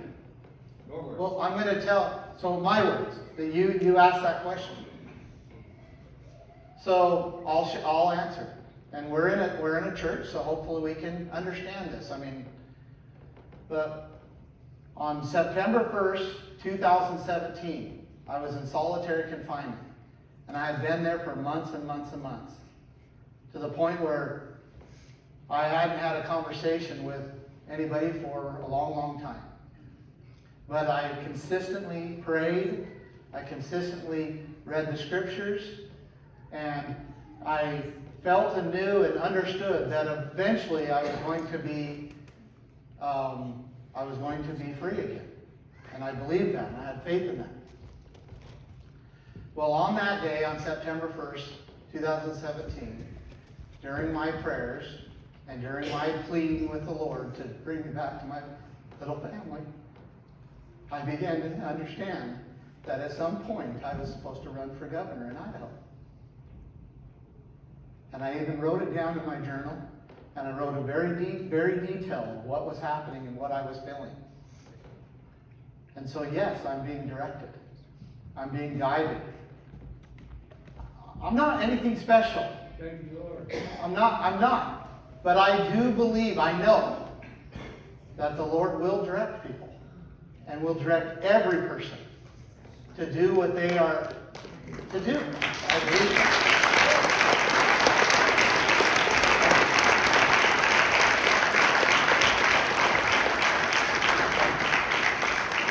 All right, right here and then right here.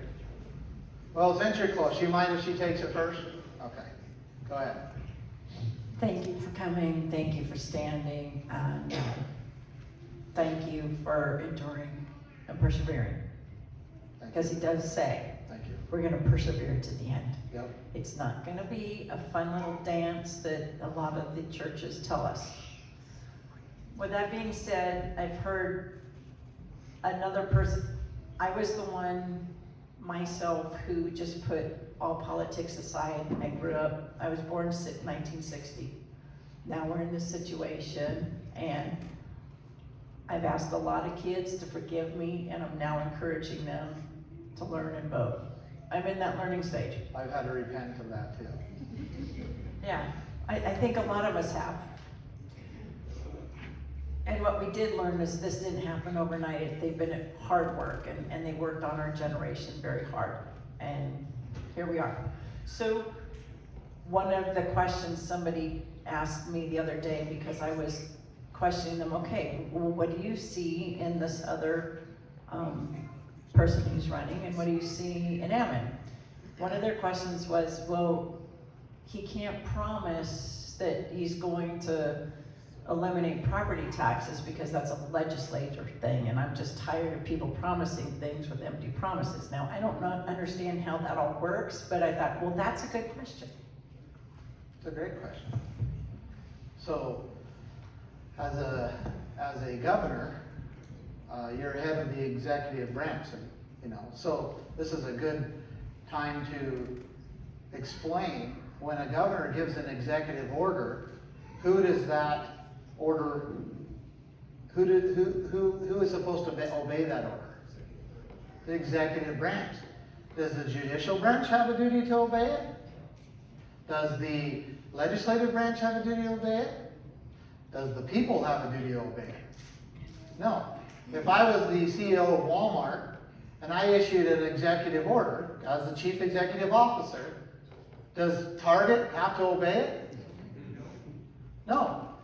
So an executive order goes to the executive branch and not beyond. And it's something that we forgot. They're not kings. It's not an edict. Even if it was, I wouldn't comply. But it's not. And so you're right.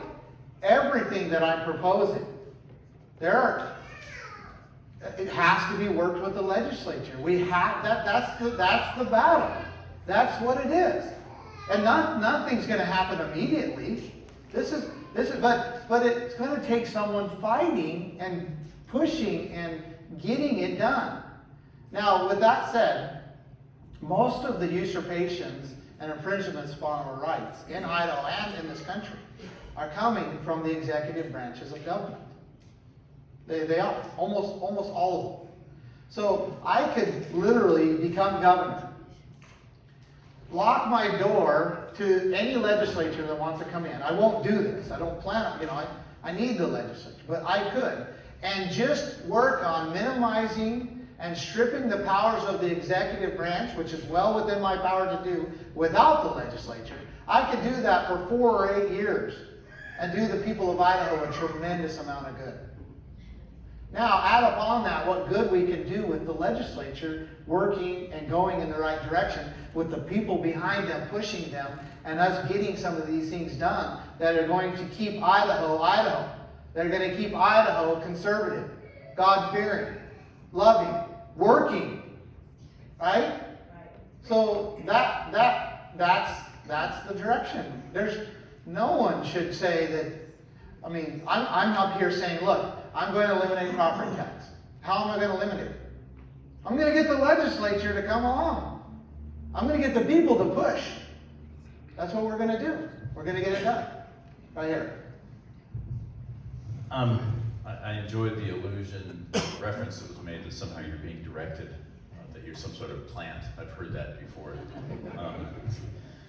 I don't want to vote for the man who wants this job and wants the power.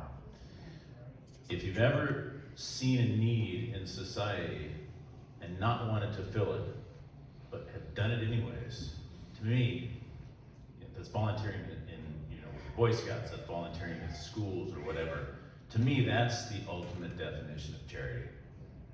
And those are the people that we need in government.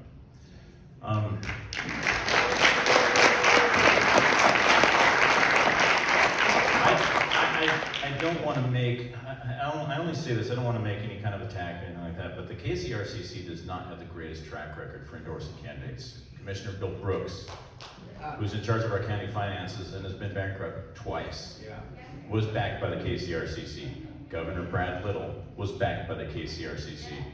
This is a group of people who seem to be ensorcelled by their chairman, much to their detriment. I use the KCRCC voter guide nowadays and look at it with maybe who I don't want to vote for. I'll finish with this. I came down here, you know, Mr. Bundy, I've done a tremendous amount of research. There's some things about you I don't like. You have my vote. And more importantly, I'm gonna go home and get my checkbook out and send you a check for the maximum amount allowable by law. And I would encourage, you know, I heard the comment back here, what can we do? This stuff's expensive, folks. The fuel for the RV, the traveling around. Send this guy money.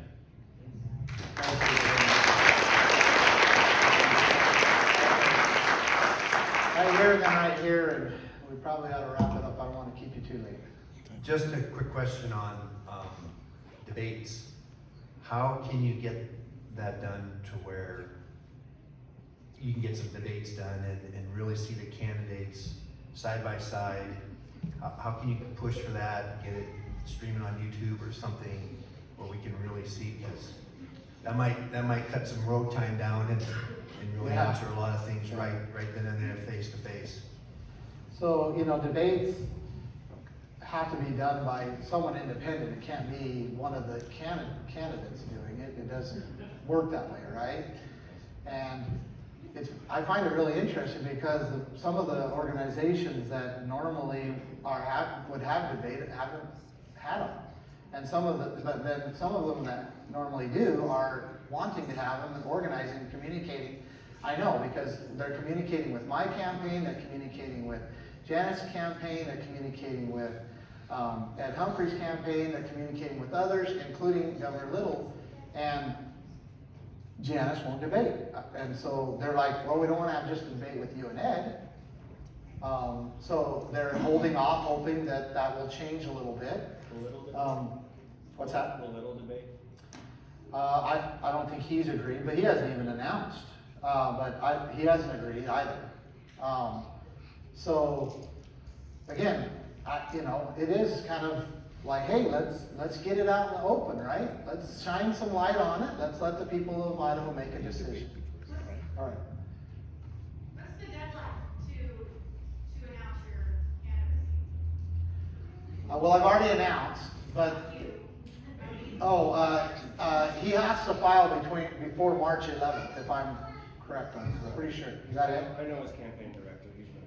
Yeah, there's no doubt. He's posturing. He's already receiving money. You know, he's the incumbent. He doesn't really have to announce.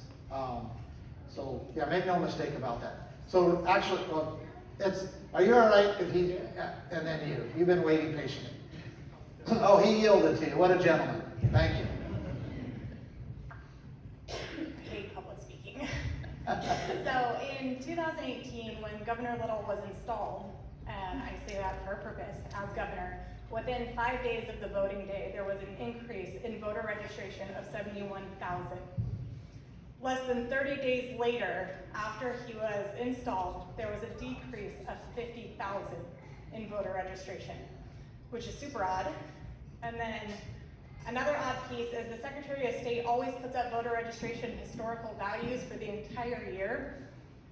But in 2020, when all of us saw everything go down, July to September is missing on the Secretary of State's website. and so was December 2020. They're just completely gone. Every other month, every other year since 2014 is on there. So I'm asking, what are you going to do to help Idaho restore election integrity in our state? Because that's one of the biggest reasons we're turning purple and will eventually turn blue, is because the numbers don't make sense. Very good, I want your numbers. And I have every single one of them. I look it up. I have actually all of the websites to the Secretary of State and exactly where I pulled every number. Good. Thank you for doing that, and carrying that.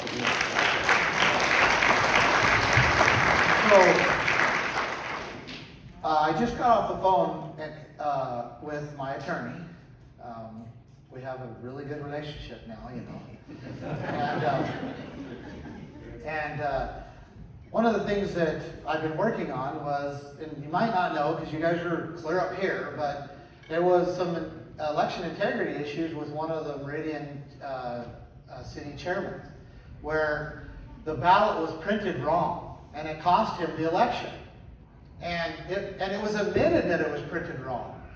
And the law of Idaho, it's a statute of how they're supposed to print it, and it was printed wrong, and he lost.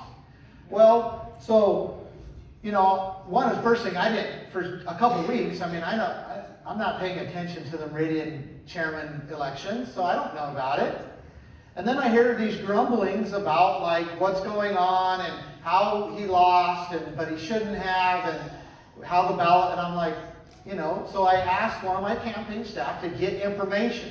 So they go and they get all the information that went on. And sure enough, it was a complete violation of the state law, and nobody's doing anything about it.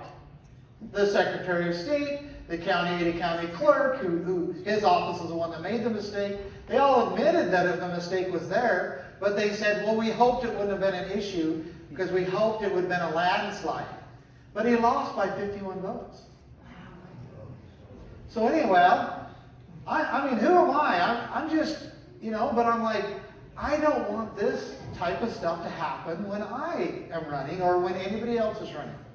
So I charged up my attorneys, and it took us a long time because we're talking about November, right, to get things going. They're really busy, I'm really busy, but now I've got a bunch of people in Meridian now, united, where they're willing to enter the suit, because I can't do it, I'm not even from Meridian. But I've put this together where we are going to follow the mechanisms that the state gives us through the laws to try to correct this issue. Okay? And, but, you know, I'm like, why do I have to do it? You know, why do I have to do it? Now, I do have people that are willing, they've said they're willing to help fund it, so that helps a ton. But it takes, like, we have to act. If we don't act as a people, we will be acted upon. We don't want to be a people that's just acted upon. We have to act. And so when it comes to the elections, the governor campaign, well, we're building in our campaign software. Thank you for coming. I've had you for a while. Thank you so much. We're building campaign software. We've already built it, but we're adding to that a reporting system so that people can live time report during the election. Like if they see people in line that, you know, that all have the same address, it can be reported. Or if they're, whatever else, it can be reported. And my attorneys and my, I have my staff will consist of attorneys. It will consist of computer forensic personnel, and we will directly communicate live to the Secretary of State with evidence that this stuff is going on. Not only that, poll watchers watching the polls. You know, we have, as a candidate, there are some, you know, things that I can do to make sure that we always keep an eye on the ballots and so forth. All of those things will be, and so these are what we're doing. You know, we're trying to be proactive so that we can shine a ton of light on the elections, and hopefully, if we find issues, we can report them immediately, so that it's like not 2 hours, not 2 days, not 2 weeks, not 2 years. It's right then. And if the Secretary of State won't take it up, then we'll make it public. Say, look, this is going on right now. So it may not be the best answer, but that's what we're doing. So, all right. I got hit right here and then I think we better probably wrap it up. Did you have a question? Okay. Thank you, sir, so much for coming here. Thank you for having me. I really appreciate this gentleman's comments over here.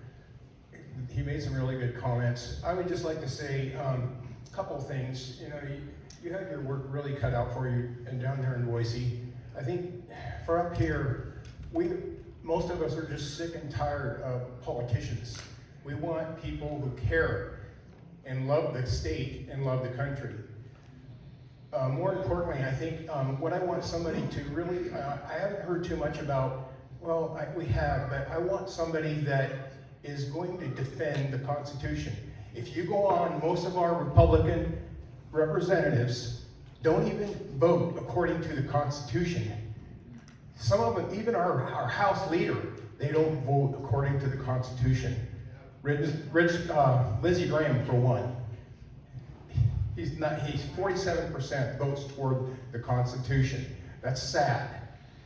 So my question is, should you win, what are the top 3 things you would do first in office for Idaho? Good question. Thank you. Number 1, I plan on using some executive authority to issue an executive order that declares life in Idaho begins at conception. Now what that does is it orders the executive branch of government to protect that life just like they do any other life. So that's number 1. I do plan on replacing our current property tax because I don't believe the state should own our properties. Amen. And I believe that property is such a crucial thing to protect, not just in Idaho, but around the world. And it is one that is being attacked. So I plan on replacing property tax with a transfer or what we call a consumption tax, so that we can own our homes and still pay for the legitimate purposes of government. I also, and I wish I had more time to explain this, but I intend on fighting the battle to return our Idaho lands and resources back to the people of Idaho and out of the federal government's hands.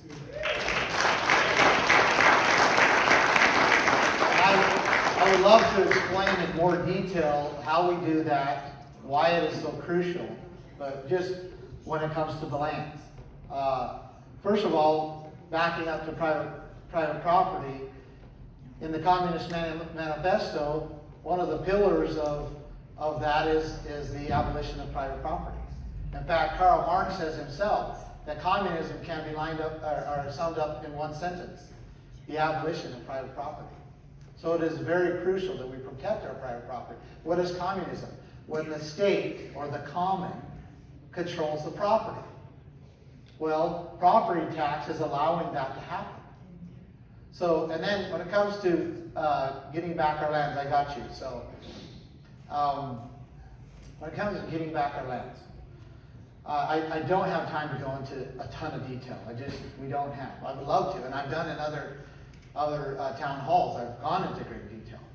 But what it is causing by the federal government controlling 63% of our lands is it's causing our affordable housing crisis, okay?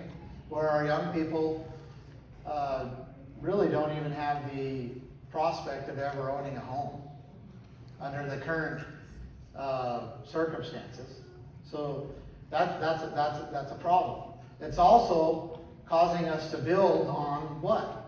Our agricultural land, which is the #1 industry in Idaho. We're destroying the #1 industry in Idaho because the only place that we can build is on our developed farm ground. Why? Because we're landlocked.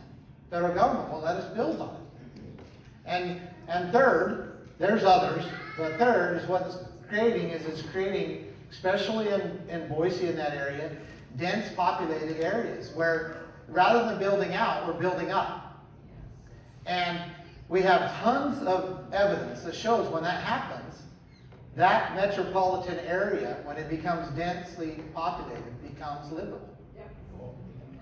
And then they begin to control the rest of the state with their politics because they're so densely populated they can do that. And you end up being Oregon with Portland, Seattle with Washington, Las Vegas with Nevada, Denver with Colorado. All of these states have tons of federal control, and basically the people have had to flee, or not, well, that may not be the right word, they had to migrate to the city to survive, and they built up rather than built out.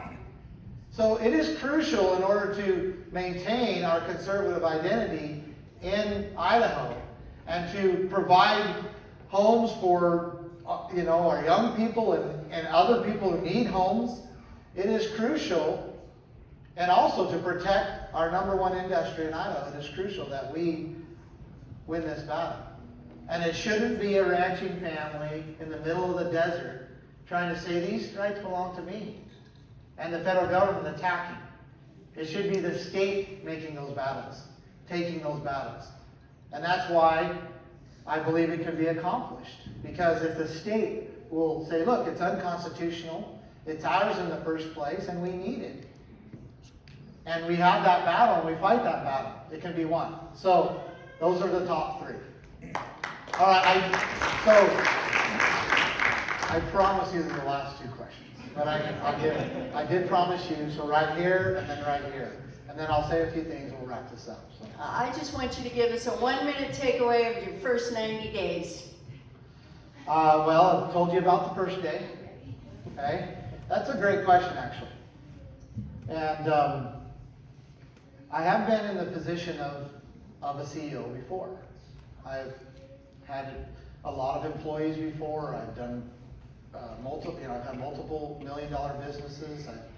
I've had some good training and also a lot of practical training.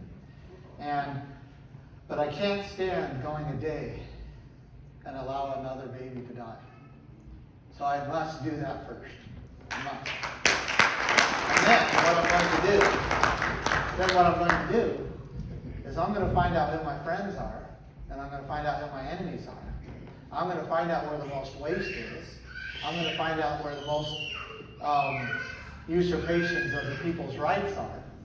And I'm going to do an inventory of basically the executive branch from top to bottom. And you might go, well, what's he doing? He hasn't done much, and it might take me 6 months to do that. And then I'm going to go to work.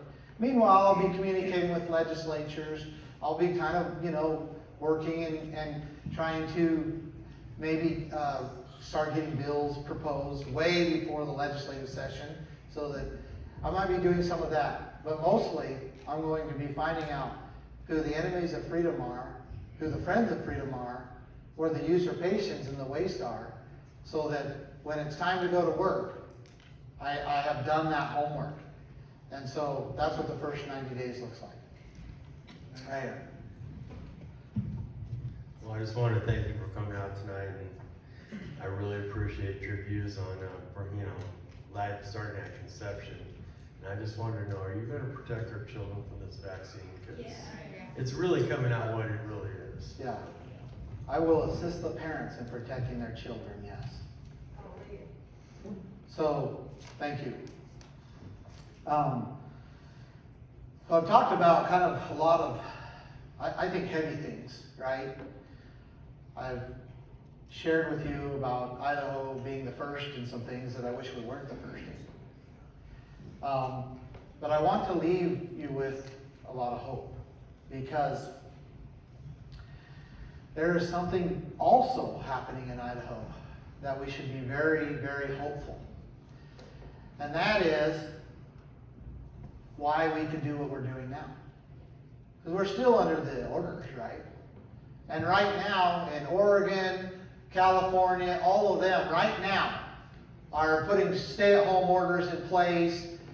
They're forcing pretty much everybody to wear masks.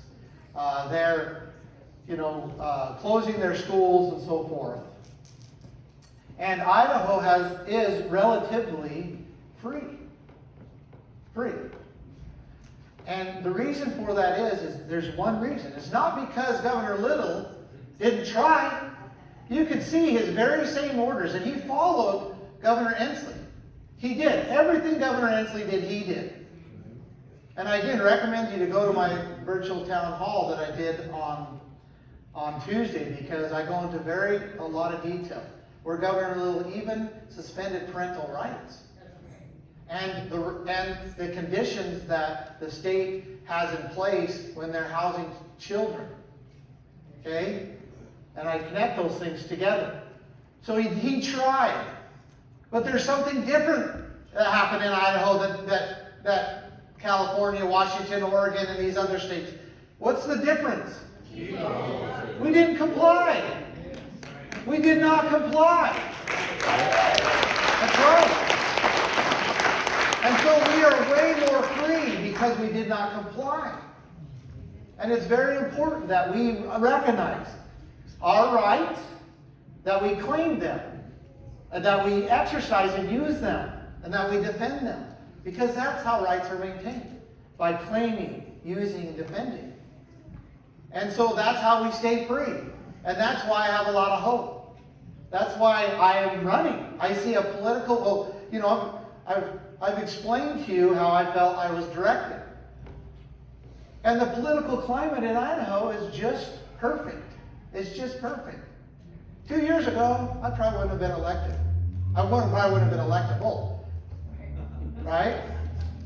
Probably the better term. And hopefully, in 10 years, I'm not electable. Hopefully. But right now, the climate is right because the people are right. And that gives me a lot of hope. Because remember why I moved to Idaho? 2015. I moved to Idaho to be around people that would recognize rights and that would stand up for them and stand up for their neighbors' rights. And that gives me a lot of hope, and I'm grateful for your time, grateful for your participation. I think we've been able to really talk and feel comfortable with each other here. And I'm grateful for just the great blessings of living in this country and living in this great state. And I hope that together we can stand strong enough and preserve liberty. So thank you for your time.